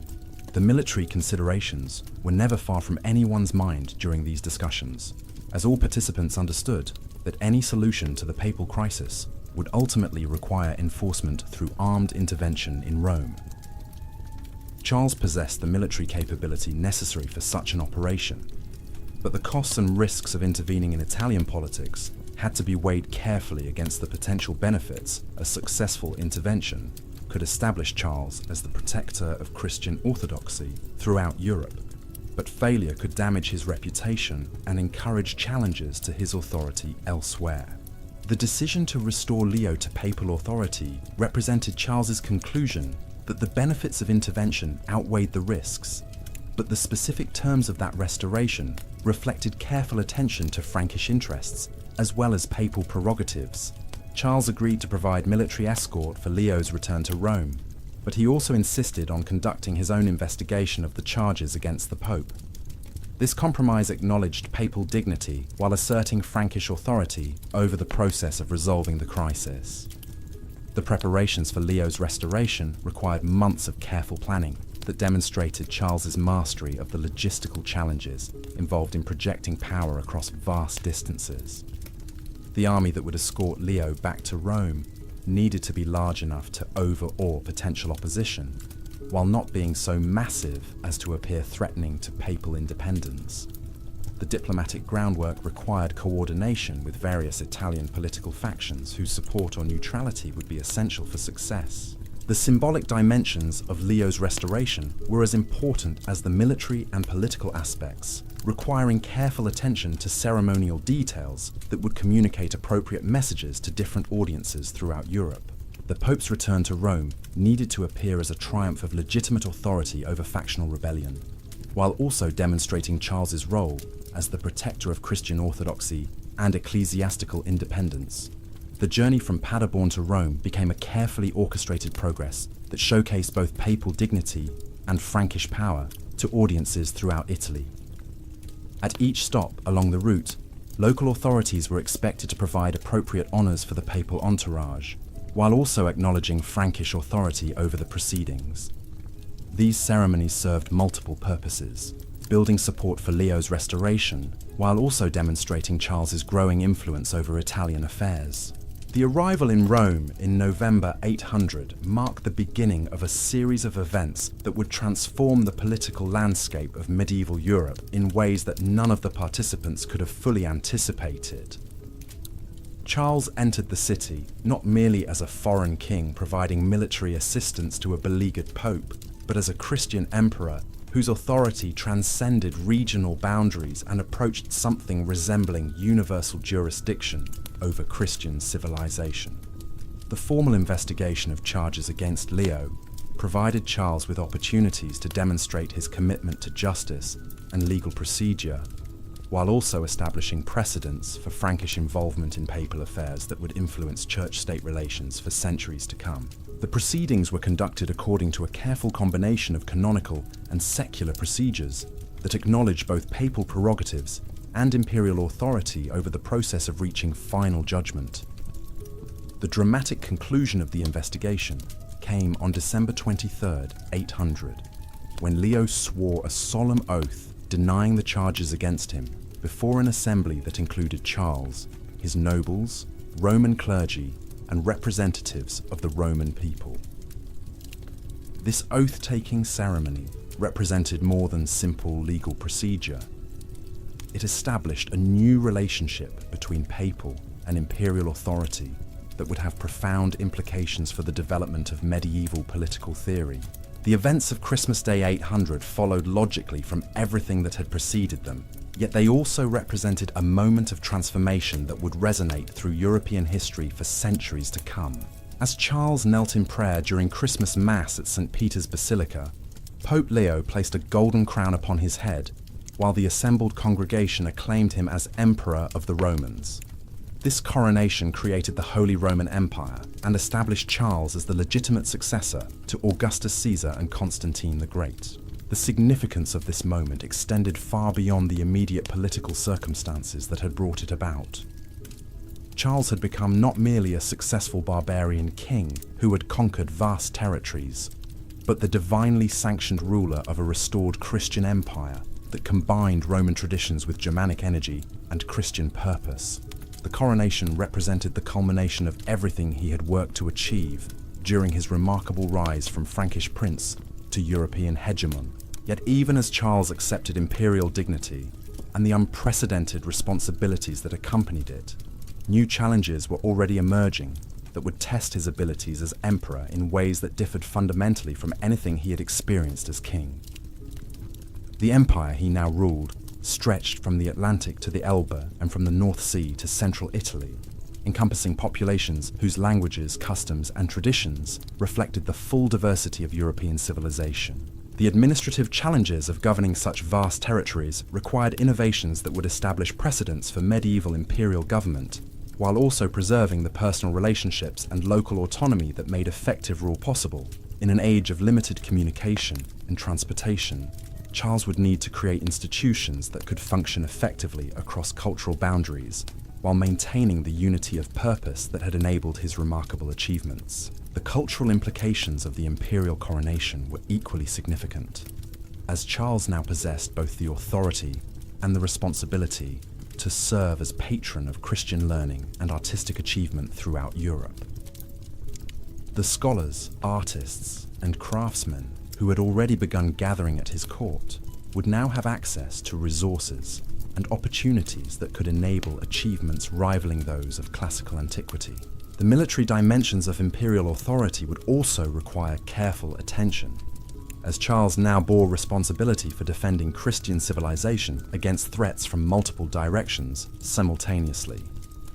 Muslim powers in Spain and the Mediterranean continued to pose challenges that required constant vigilance, while Slavic peoples along the eastern frontier represented both opportunities for expansion and potential sources of conflict. Most importantly, the imperial coronation had established precedents and expectations that would influence European political development long after Charles's death. The Holy Roman Empire that began with his coronation would persist for over 1,000 years, shaping the relationship between temporal and spiritual authority throughout the medieval period and beyond. The vision of Christian empire that Charles embodied would inspire countless successors, while also creating conflicts and contradictions that would challenge European unity for generations to come. The teenage concubine, who had once entered an imperial court with nothing but ambition and intelligence, had achieved something that transcended personal success or political triumph. Charles had become the architect of European identity itself, creating institutions and precedents that would influence the development of Western civilization long after his remarkable reign had ended. His story stands as one of history's most extraordinary examples of how individual vision and determination could reshape entire civilizations through the patient work of building something designed to endure across centuries. The administrative machinery that Charles constructed to govern his vast empire represented perhaps his most enduring achievement, creating systems of governance that would influence European political development for centuries after his death. The challenge of ruling territories that stretched from the Atlantic shores of Brittany to the forests of Saxony, from the North Sea ports of Frisia to the sun-baked hills of central Italy, required innovations that went far beyond the personal relationships and tribal loyalties that had sustained earlier Frankish kings. The Missi Dominici, or royal envoys, became the backbone of Charles's imperial administration, serving as his eyes and ears throughout territories too vast for any single ruler to oversee directly. These carefully chosen representatives combined the authority of imperial appointment with intimate knowledge of local conditions, creating a network of communication and control that allowed Charles to project his will across distances that would have been impossible to manage through traditional means. The selection of these royal envoys revealed Charles's sophisticated understanding of the qualities necessary for effective administration in a diverse empire. He chose men who possessed not only unquestioned loyalty to his person and policies, but also the diplomatic skills necessary to navigate complex local politics without creating unnecessary conflicts. Many of his envoys were drawn from the educated clergy, whose training in law and theology provided them with the intellectual tools necessary for resolving disputes and implementing imperial policies in accordance with Christian principles. The instructions that Charles provided to his envoys demonstrate the comprehensive nature of his vision for imperial governance. These remarkable documents, which have survived in various manuscripts, reveal a ruler who understood that effective administration required attention to every aspect of human life, from the collection of taxes and the administration of justice to the maintenance of roads and the supervision of monastic communities. The envoys were expected to investigate complaints against local officials, ensuring that imperial justice reached even the most remote corners of the empire. They supervised the collection of revenues, preventing the corruption and inefficiency that could undermine imperial finances. They monitored the condition of churches and monasteries, ensuring that religious institutions maintained the standards of learning and spiritual discipline that Charles considered essential for the health of Christian society. Perhaps most importantly, the royal envoys served as channels of communication between the imperial court and local communities, carrying Charles's commands to distant provinces, while also bringing local concerns and complaints back to the attention of imperial authorities. This two-way flow of information enabled Charles to respond to changing conditions throughout his empire, while also ensuring that his policies remained relevant to the actual needs and circumstances of his diverse subjects. The capitularies that Charles issued throughout his reign provide extraordinary insight into his approach to imperial governance, revealing a ruler whose attention to detail matched his grand strategic vision. These legislative documents addressed everything from military organization and judicial procedures to agricultural practices and educational standards, creating a comprehensive framework for Christian governance that reflected Charles's understanding of the interconnections between different aspects of social life. The military capitularies established standardized procedures for raising armies, supplying campaigns, and maintaining fortifications throughout the empire. These regulations ensured that Charles could mobilize forces quickly and efficiently when threats emerged, while also distributing the burden of military service fairly among his subjects. The system of military obligations that these documents created would influence European military organization for centuries, establishing precedents for feudal military service that would shape medieval warfare long after the Carolingian Empire had fragmented. The judicial capitularies addressed the complex challenge of maintaining consistent legal standards across territories whose traditional laws and customs differed dramatically. Rather than attempting to impose uniform legal codes throughout the empire, Charles developed sophisticated approaches that preserved local traditions while ensuring that imperial justice remained available to all his subjects. These legal innovations required careful balancing of competing claims and traditions, demonstrating Charles's political wisdom and his respect for the diverse communities that comprised his empire. The economic regulations that Charles established through his capitularies revealed his understanding that imperial prosperity required careful attention to trade, agriculture, and monetary policy.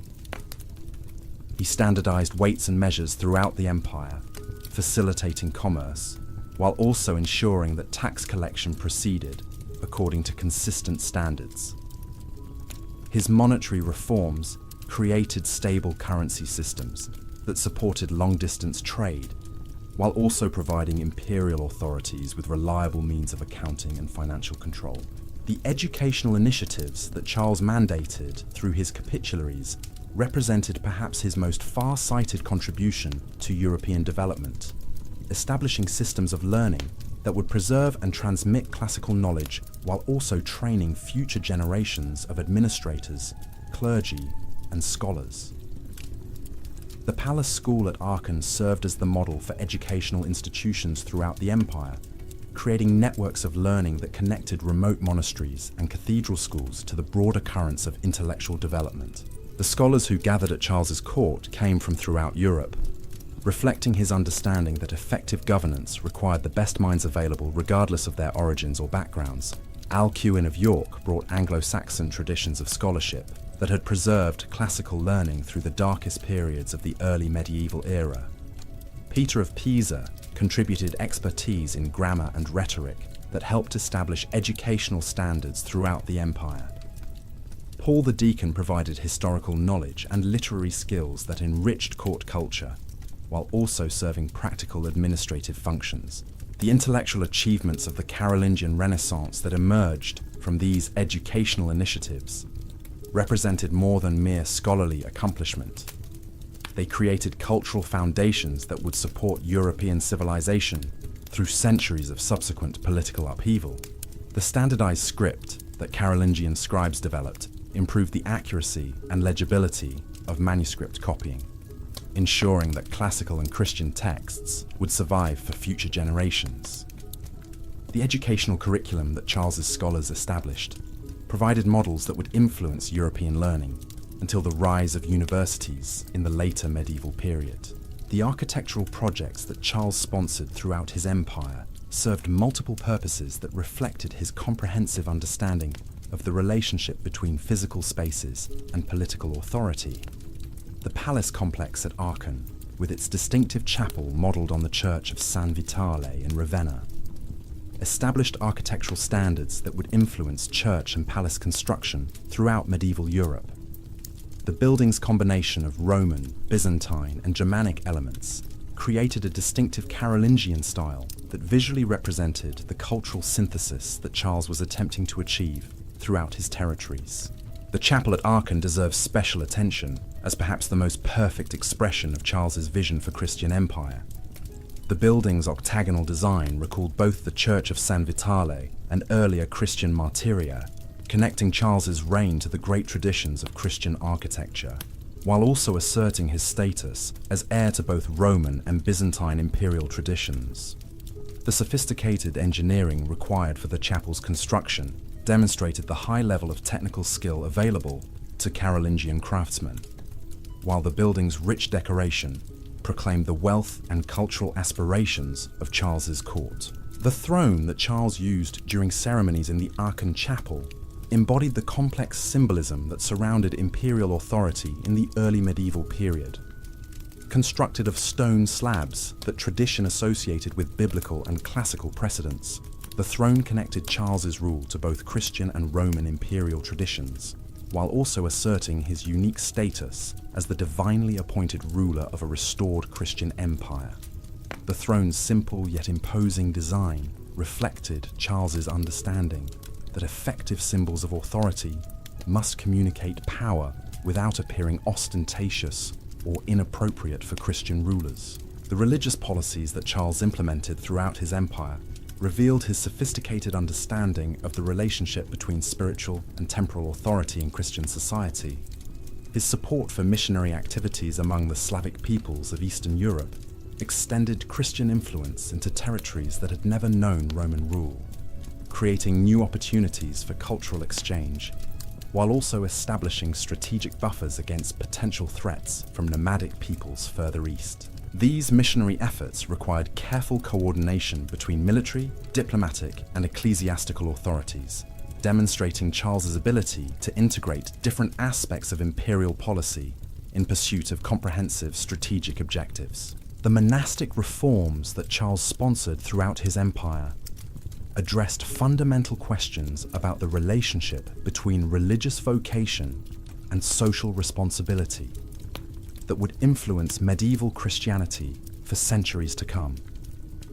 The Rule of St. Benedict, which Charles promoted as the standard for monastic communities throughout his territories, created frameworks for religious life that balanced spiritual discipline with practical contributions to social welfare. Benedictine monasteries became centers of learning, agricultural innovation, and charitable activity that served essential functions in medieval society, while also providing spiritual leadership for Christian communities. The economic foundations of Charles's empire required constant attention to ensure that imperial resources remained adequate for the expanding responsibilities that accompanied territorial growth and administrative sophistication. The agricultural basis of medieval wealth meant that imperial prosperity depended ultimately on the productivity of countless individual farms and estates throughout the empire. Charles's agricultural policies encouraged innovation and improvement, while also ensuring that farmers retained sufficient incentives to maintain and increase production. The commercial policies that Charles developed reflected his understanding that trade and craftsmanship were essential for imperial prosperity, even though medieval political theory often viewed commercial activity with suspicion. His support for merchants and artisans created economic opportunities that benefited both individual entrepreneurs and imperial revenues, while his regulation of markets and currencies provided stability that encouraged long-term investment and development. The diplomatic achievements that Charles accomplished during his imperial reign demonstrated his growing mastery of the complex relationships between different political authorities throughout early medieval Europe. His correspondence with the Byzantine emperor and the Caliph of Baghdad revealed his understanding that effective imperial policy required engagement with other major powers, even when religious and cultural differences made such relationships challenging to maintain. These diplomatic initiatives established precedents for international relations that would influence European foreign policy for centuries. The relationship that Charles developed with Harun al-Rashid, the Abbasid Caliph of Baghdad, represents one of the most remarkable diplomatic achievements of the early medieval period. The exchange of embassies between Aachen and Baghdad created opportunities for cultural and commercial exchange that benefited both empires, while also demonstrating Charles's status as a ruler whose authority was recognized throughout the known world. The gifts that the Caliph sent to Charles, including the famous elephant named Abul Abbas, became symbols of imperial dignity that impressed contemporary observers, while also facilitating diplomatic communication across vast cultural and geographical distances. The Byzantine dimension of Charles's diplomatic activities required even more delicate handling, as his assumption of imperial title had created tensions with Constantinople, where the Eastern Roman Emperor continued to claim universal authority over all Roman territories. The eventual recognition of Charles's imperial status by the Byzantine court represented a diplomatic triumph that legitimized his position, while also establishing precedents for the coexistence of multiple imperial authorities within the broader Christian world. The succession planning that occupied Charles's attention during his later years revealed his understanding that the empire's survival required institutional frameworks that could function effectively even after his personal leadership was no longer available. The division of territories among his sons reflected both Frankish traditions and practical considerations about the challenges of governing vast territories from single centers of authority. These arrangements attempted to balance family claims with imperial needs, while also providing for the continuation of effective governance after Charles's death.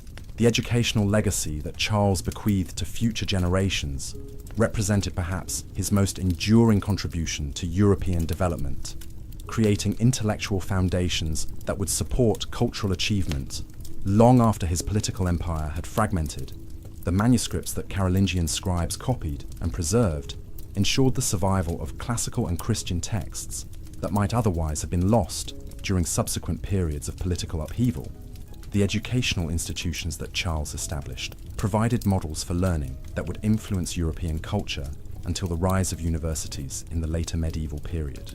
The legal innovations that Charles introduced throughout his empire created precedents for medieval jurisprudence that would influence European legal development for centuries.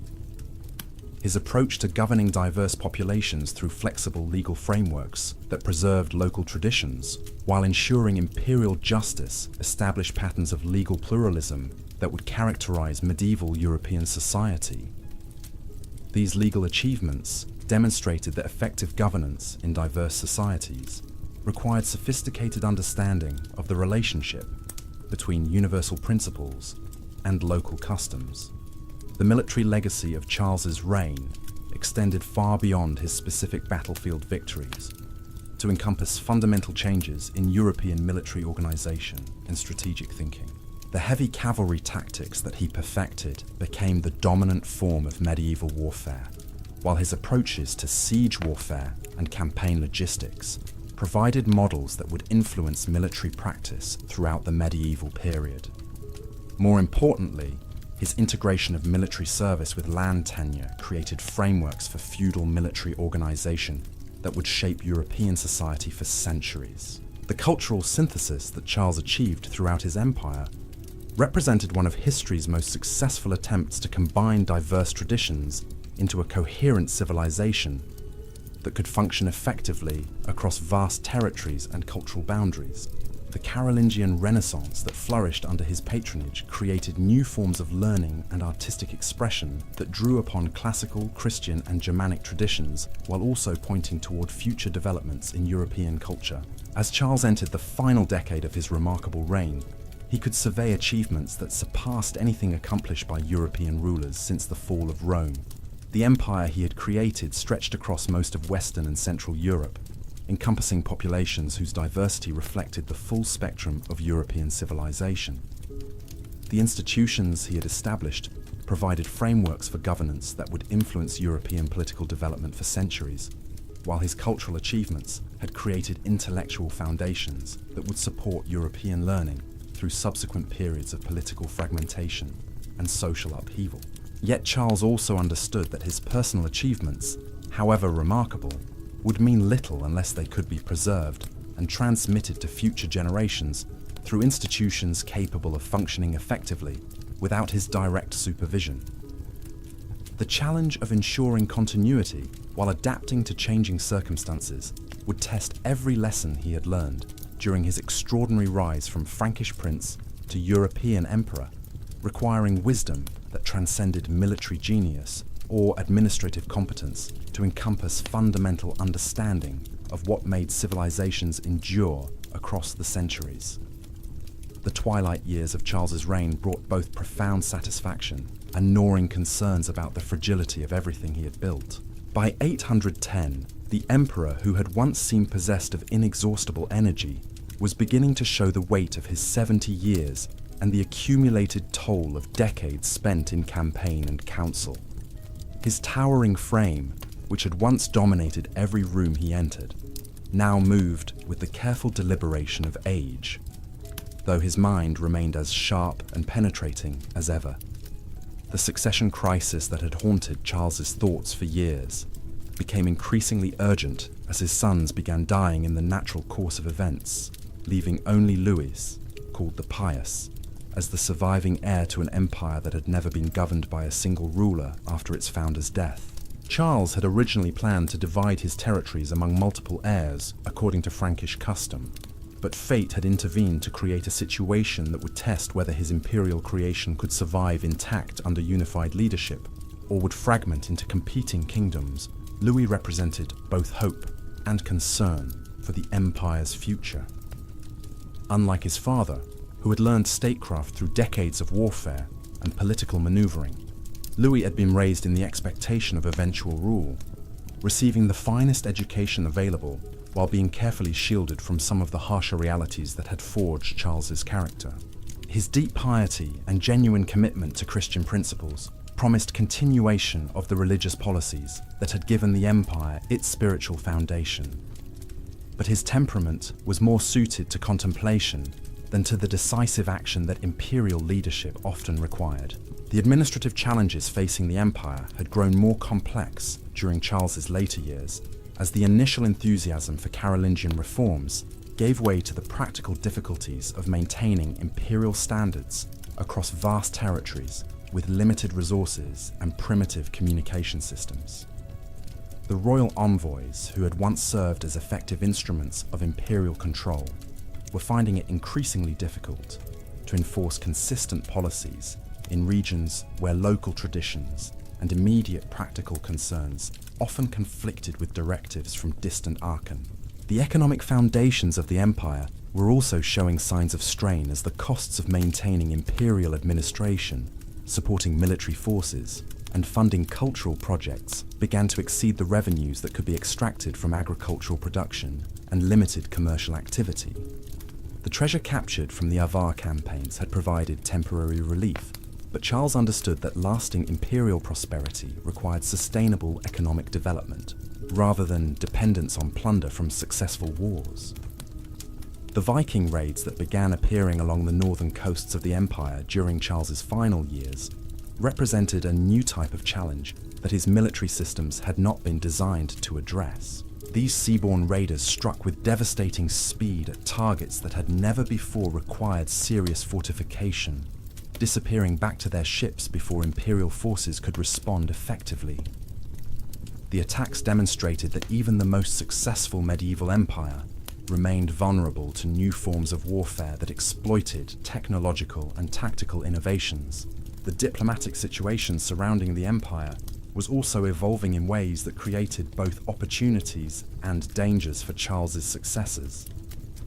The Abbasid Caliphate was experiencing internal divisions that might create openings for Christian expansion, but these same divisions also eliminated the stable diplomatic partnerships that Charles had carefully cultivated with Harun al-Rashid and his court. The Byzantine Empire remained suspicious of Carolingian pretensions to universal imperial authority, creating tensions that could easily escalate into military conflict if not managed with extraordinary care.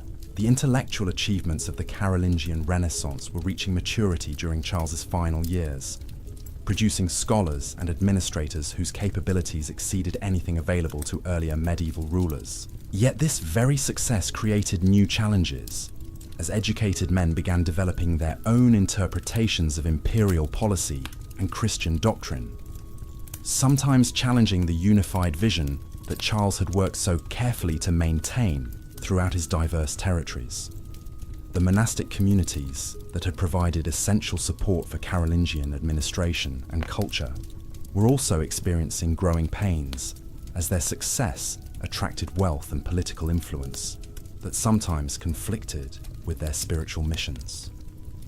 The tension between worldly effectiveness and religious purity that had always existed within Christian monasticism was becoming more acute as monastic leaders found themselves wielding significant temporal power alongside their spiritual authority. The palace complex at Aachen had evolved into a remarkable center of learning and governance that attracted visitors from throughout the known world. But Charles understood that this very centralization created vulnerabilities that enemies might exploit. The empire's dependence on his personal leadership and the concentration of administrative expertise at his court meant that any disruption to the palace's operations could have cascading effects throughout the imperial system. The legal frameworks that Charles had developed to govern his diverse subjects were proving their worth through decades of practical application. But they also revealed the inherent tensions between imperial unity and local autonomy that would challenge every subsequent medieval ruler. The balance between respecting traditional customs and maintaining imperial standards required constant adjustment as circumstances changed and new situations arose that existing precedents did not adequately address. The military organization that had enabled Charles's conquests was also adapting to the changing strategic environment of the early 9th century. The heavy cavalry tactics that had proved so effective against traditional opponents were being supplemented by new approaches designed to address threats from Viking raiders, Slavic tribes, and other enemies whose fighting methods differed from those Charles had encountered during his major campaigns. The cultural synthesis that the Carolingian Renaissance had achieved was beginning to influence developments beyond the empire's borders, as scholars trained in Frankish schools carried their learning to other courts and monasteries throughout Europe. This intellectual diaspora created networks of communication and shared culture that would outlast the political unity of Charles's empire, establishing foundations for European intellectual development that would persist through centuries of subsequent political fragmentation. The agricultural innovations that had supported imperial expansion were also spreading beyond Carolingian territories, improving productivity throughout Europe, while also creating economic relationships that transcended political boundaries. The three-field system, improved plough designs, and better crop rotation methods that Carolingian administrators had promoted were becoming standard practices that would support European population growth for generations to come. The architectural legacy of Charles's reign was equally influential, as the distinctive Carolingian style developed at Aachen and other imperial sites provided models that would shape church and palace construction throughout medieval Europe.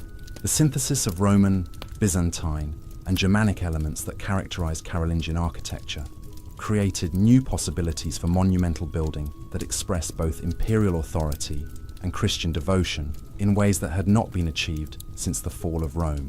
The manuscript traditions established by Carolingian scribes were preserving and transmitting not only classical and Christian texts, but also new works of history, theology, and literature that reflected the intellectual achievements of Charles's reign. The standardized script and improved copying techniques that had been developed in imperial scriptoriums were ensuring that knowledge would survive even if the political structures that had created it eventually disappeared. The diplomatic precedents that Charles had established through his relationships with other major powers were creating frameworks for international relations that would influence European foreign policy long after his death. The principle that effective imperial leadership required engagement with other civilizations, even when religious and cultural differences made such relationships challenging, would guide medieval diplomacy for centuries to come. The religious policies that had given Charles' empire its spiritual foundation were also evolving as missionary activities extended Christian influence into new territories, while deepening the faith's impact on populations that had already been converted. The balance between forced conversion and voluntary acceptance that Charles had learned to maintain was establishing patterns for Christian expansion that would shape medieval religious development throughout Europe. The commercial networks that had developed under imperial protection were creating economic relationships that would survive political changes, while also providing foundations for the medieval trade systems that would eventually connect Europe to markets throughout the known world. The standardization of weights, measures, and currencies that Charles had implemented was facilitating commerce on a scale that had not been achieved since Roman times. The educational institutions that Charles had established were beginning to produce graduates who would carry Carolingian learning to other parts of Europe, while also developing new approaches to scholarship that built upon the foundations laid during the Imperial Renaissance. The curriculum and methods developed at Aachen and other Carolingian schools would influence European education for centuries, creating intellectual traditions that would eventually evolve into the university system of the later medieval period. The legal traditions that had emerged from Charles's efforts to govern diverse populations were establishing precedents for medieval jurisprudence that would influence European law long after the Carolingian Empire had fragmented into separate kingdoms. The principles of legal pluralism and the balance between imperial authority and local custom that Charles had developed would shape medieval legal development throughout the continent. As Charles contemplated his legacy during the quiet evening hours at Aachen, surrounded by the scholars, administrators, and craftsmen who had helped him transform European civilization, he could take satisfaction in achievements that exceeded anything accomplished by medieval rulers before or since. Yet he also understood that his personal success would be meaningless unless the institutions and traditions he had created could survive the inevitable changes that would follow his death. The empire that Charles had built represented more than territorial conquest or administrative achievement. It embodied a vision of Christian civilization that combined the best elements of classical learning, Germanic energy, and Christian spirituality in a synthesis that pointed toward future possibilities for European development. The question that would determine his ultimate historical significance was whether this vision could inspire and guide future generations even after the personal leadership that had created it was no longer available. The winter of 813 brought unusual severity to northern Europe, creating hardships that tested the imperial administrative systems Charles had spent decades perfecting. The palace at Aachen, normally a bustling centre of activity even during the coldest months, took on a more subdued atmosphere as age and illness began to limit the emperor's daily activities, while still preserving the essential dignity that had always characterized his public appearances. Charles had begun the delicate process of transferring authority to his son Louis, a transition that required careful attention to both legal precedents and practical politics, in order to ensure continuity of imperial governance without creating opportunities for ambitious nobles to exploit the change in leadership. The coronation ceremony that elevated Louis to co-emperor status represented one of Charles's most sophisticated political achievements, legitimizing the succession while maintaining his own supreme authority during the crucial final months of his reign. The scholars who had gathered at Charles's court during his final years were already beginning the work of recording and interpreting his achievements for future generations, understanding that their master's legacy would depend as much on how his story was told as on what he had actually accomplished during his remarkable career. The biographies, chronicles, and administrative documents that these learned men were producing would shape European understanding of imperial leadership for centuries to come. The quiet conversations that Charles held with his closest advisors during these twilight months revealed a ruler whose understanding of power and responsibility had deepened through decades of experience into something approaching wisdom. He spoke often of the temporary nature of all earthly achievements, yet also of the possibility that human effort, guided by divine providence, could create lasting benefits for future generations, even after individual leaders had passed from the scene.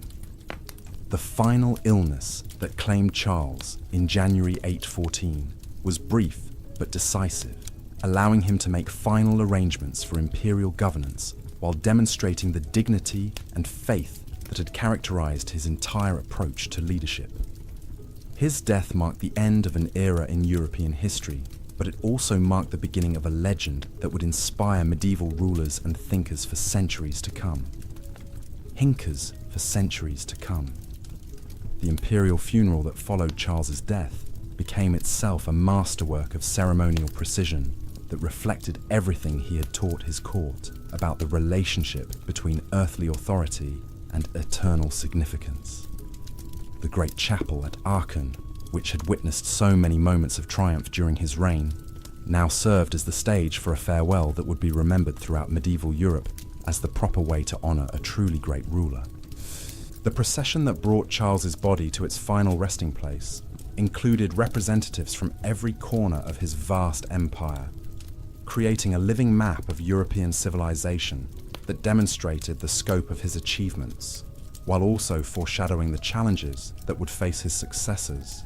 Bishops and abbots carried relics and sacred texts, while secular nobles bore the symbols of imperial authority that Charles had wielded with such effectiveness during his 46 years of rule. The burial itself took place according to traditions that Charles had carefully established during his lifetime, combining Christian ritual with imperial ceremony in ways that honored both his spiritual convictions and his temporal achievements. The golden throne that had served as the seat of his authority was placed in the chapel vault alongside his mortal remains, creating a shrine that would attract pilgrims and inspire future rulers for generations to come. Louis the Pious inherited an empire that was simultaneously the greatest achievement of early medieval civilization and an almost impossible burden for any single ruler to bear effectively. The territories that Charles had unified through force of personality and administrative genius stretched across cultural and linguistic boundaries that created constant tensions between imperial unity and local autonomy.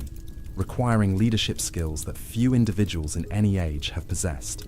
The immediate challenges facing the new emperor were both practical and symbolic, involving everything from the collection of revenues and the deployment of military forces to the maintenance of diplomatic relationships and the continuation of cultural projects that had given the Carolingian court its distinctive character.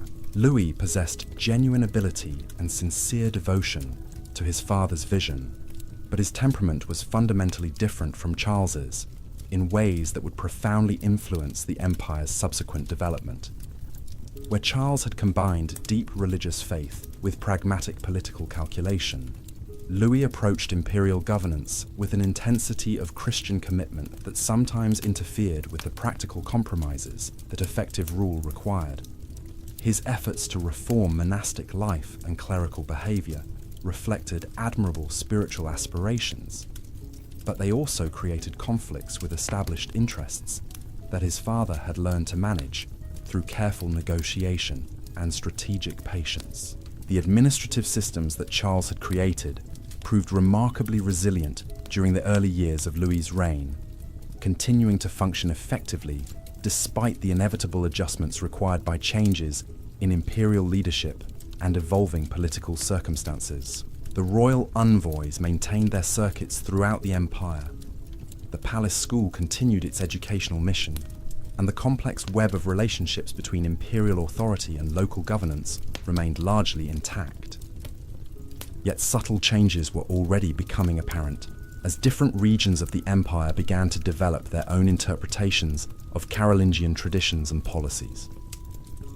The counts and bishops who governed distant provinces found themselves making decisions that reflected local conditions more than imperial directives, creating precedents that would eventually contribute to the fragmentation of unified imperial authority.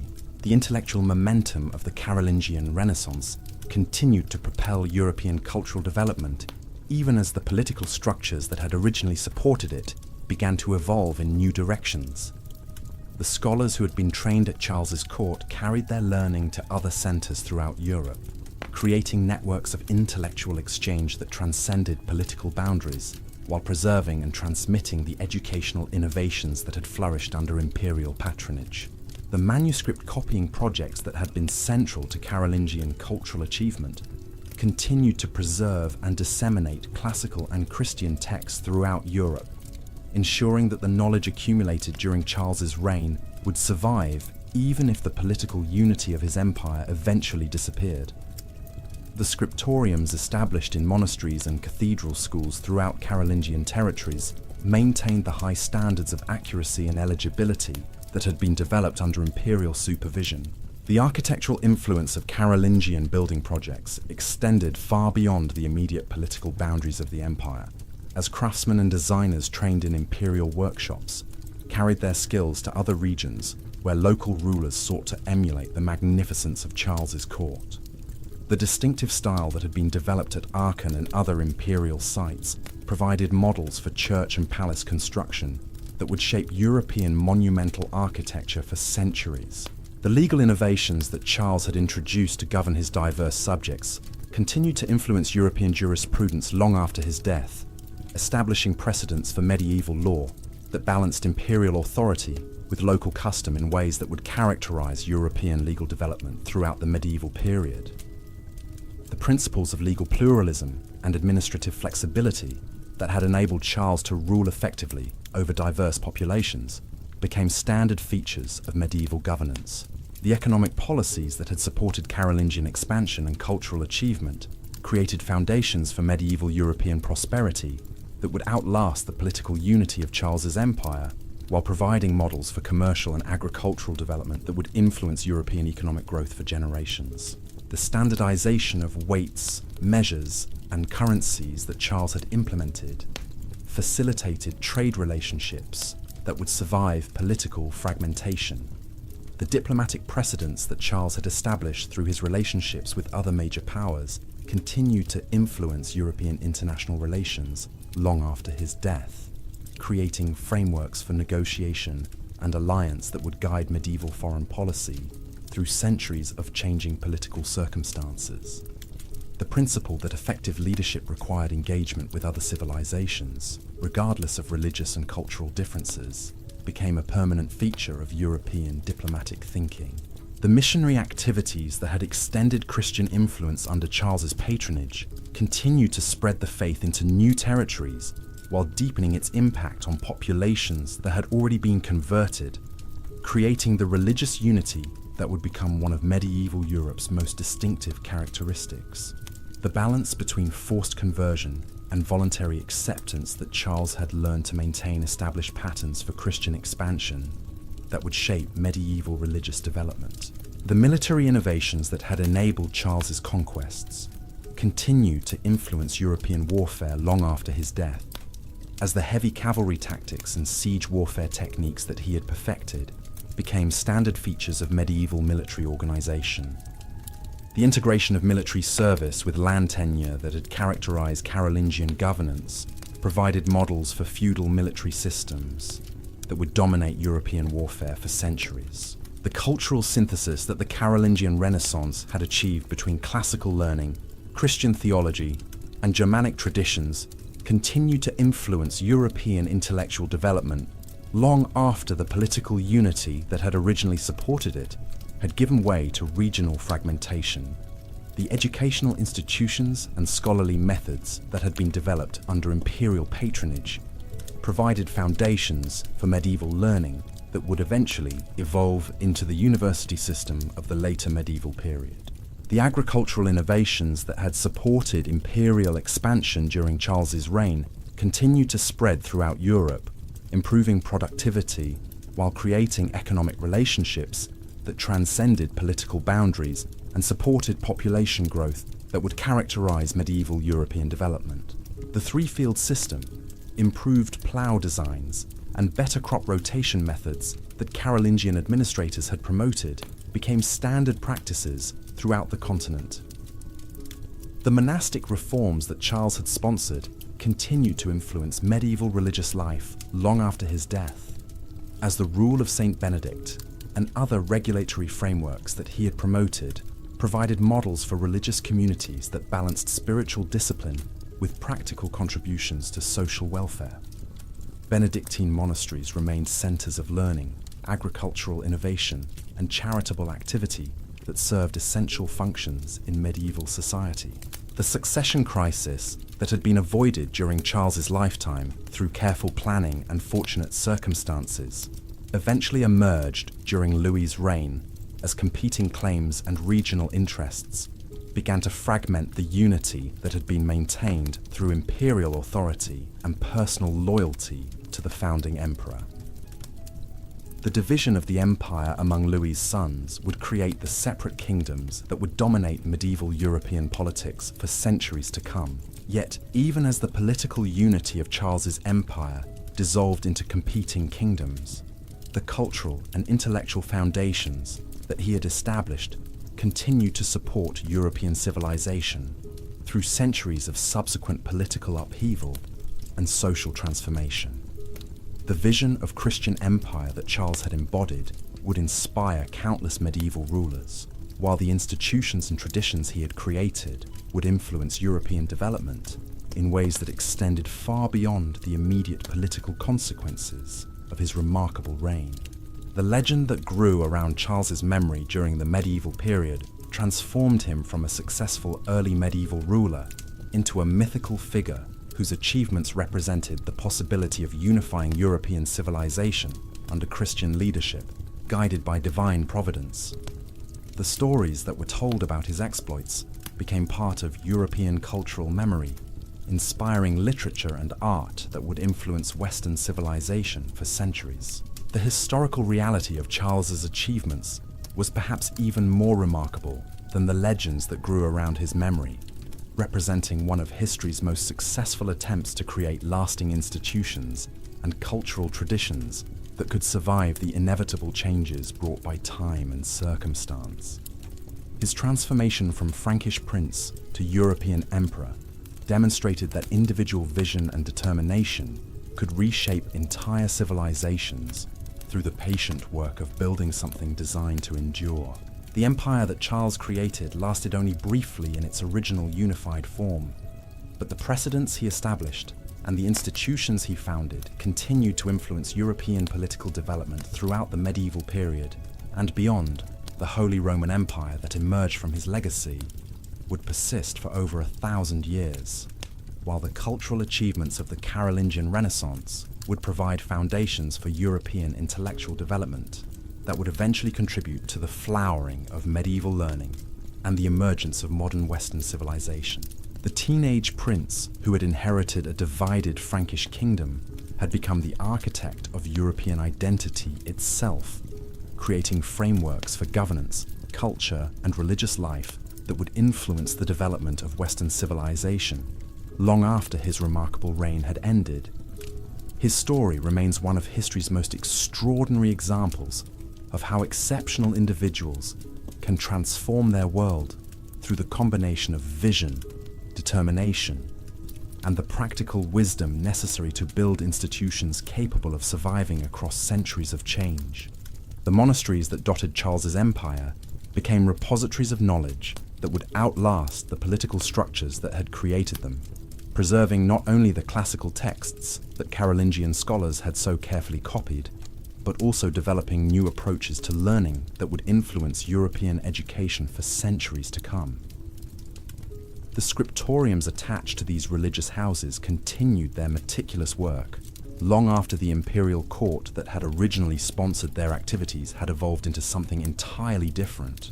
The agricultural innovations that had supported Carolingian expansion created lasting changes in European farming practices that would sustain population growth throughout the medieval period and beyond. The heavy plough that could break the tough soils of northern Europe, the three-field system that maximized land productivity, and improved methods of crop rotation became standard throughout the continent, creating surplus wealth that would support the cathedral building projects and urban development of later centuries. The trade networks that had flourished under imperial protection continued to connect distant regions of Europe long after political unity had given way to competing kingdoms and principalities. Merchants who had learned to navigate Carolingian legal systems and currency standards adapted their practices to new political realities while maintaining commercial relationships that transcended the boundaries drawn by later rulers, seeking to establish their own territorial claims. The legal principles that Charles had developed to govern diverse populations became embedded in medieval European jurisprudence in ways that influenced everything from property rights and criminal justice to marriage law and commercial regulation. The idea that effective governance required balancing universal principles with local customs became a defining characteristic of medieval political thought, shaping how rulers throughout Europe approached the challenge of maintaining authority over culturally diverse subjects. The architectural legacy of Carolingian building projects extended throughout Europe as local rulers sought to demonstrate their own legitimacy by emulating the monumental style that had been developed at Aachen and other imperial sites. Churches, palaces, and fortifications, built according to Carolingian models, appeared from Ireland to Poland, creating a distinctive European architectural tradition that combined Roman engineering techniques with Germanic decorative elements and Christian symbolic programs. The educational curriculum that had been established at the Palace School became the foundation for medieval learning throughout Europe, as students trained in Carolingian methods carried their knowledge to cathedral schools and monastic institutions across the continent. The trivium and quadrivium that organized medieval education, the emphasis on Latin literacy and classical texts, and the integration of Christian theology with secular learning all reflected innovations that had been pioneered during Charles's reign. The diplomatic traditions that Charles had established through his correspondence with rulers throughout the known world created precedents for international relations that would guide European foreign policy through centuries of changing political circumstances. The idea that Christian rulers had obligations to protect their co-religionists while maintaining honorable relationships with non-Christian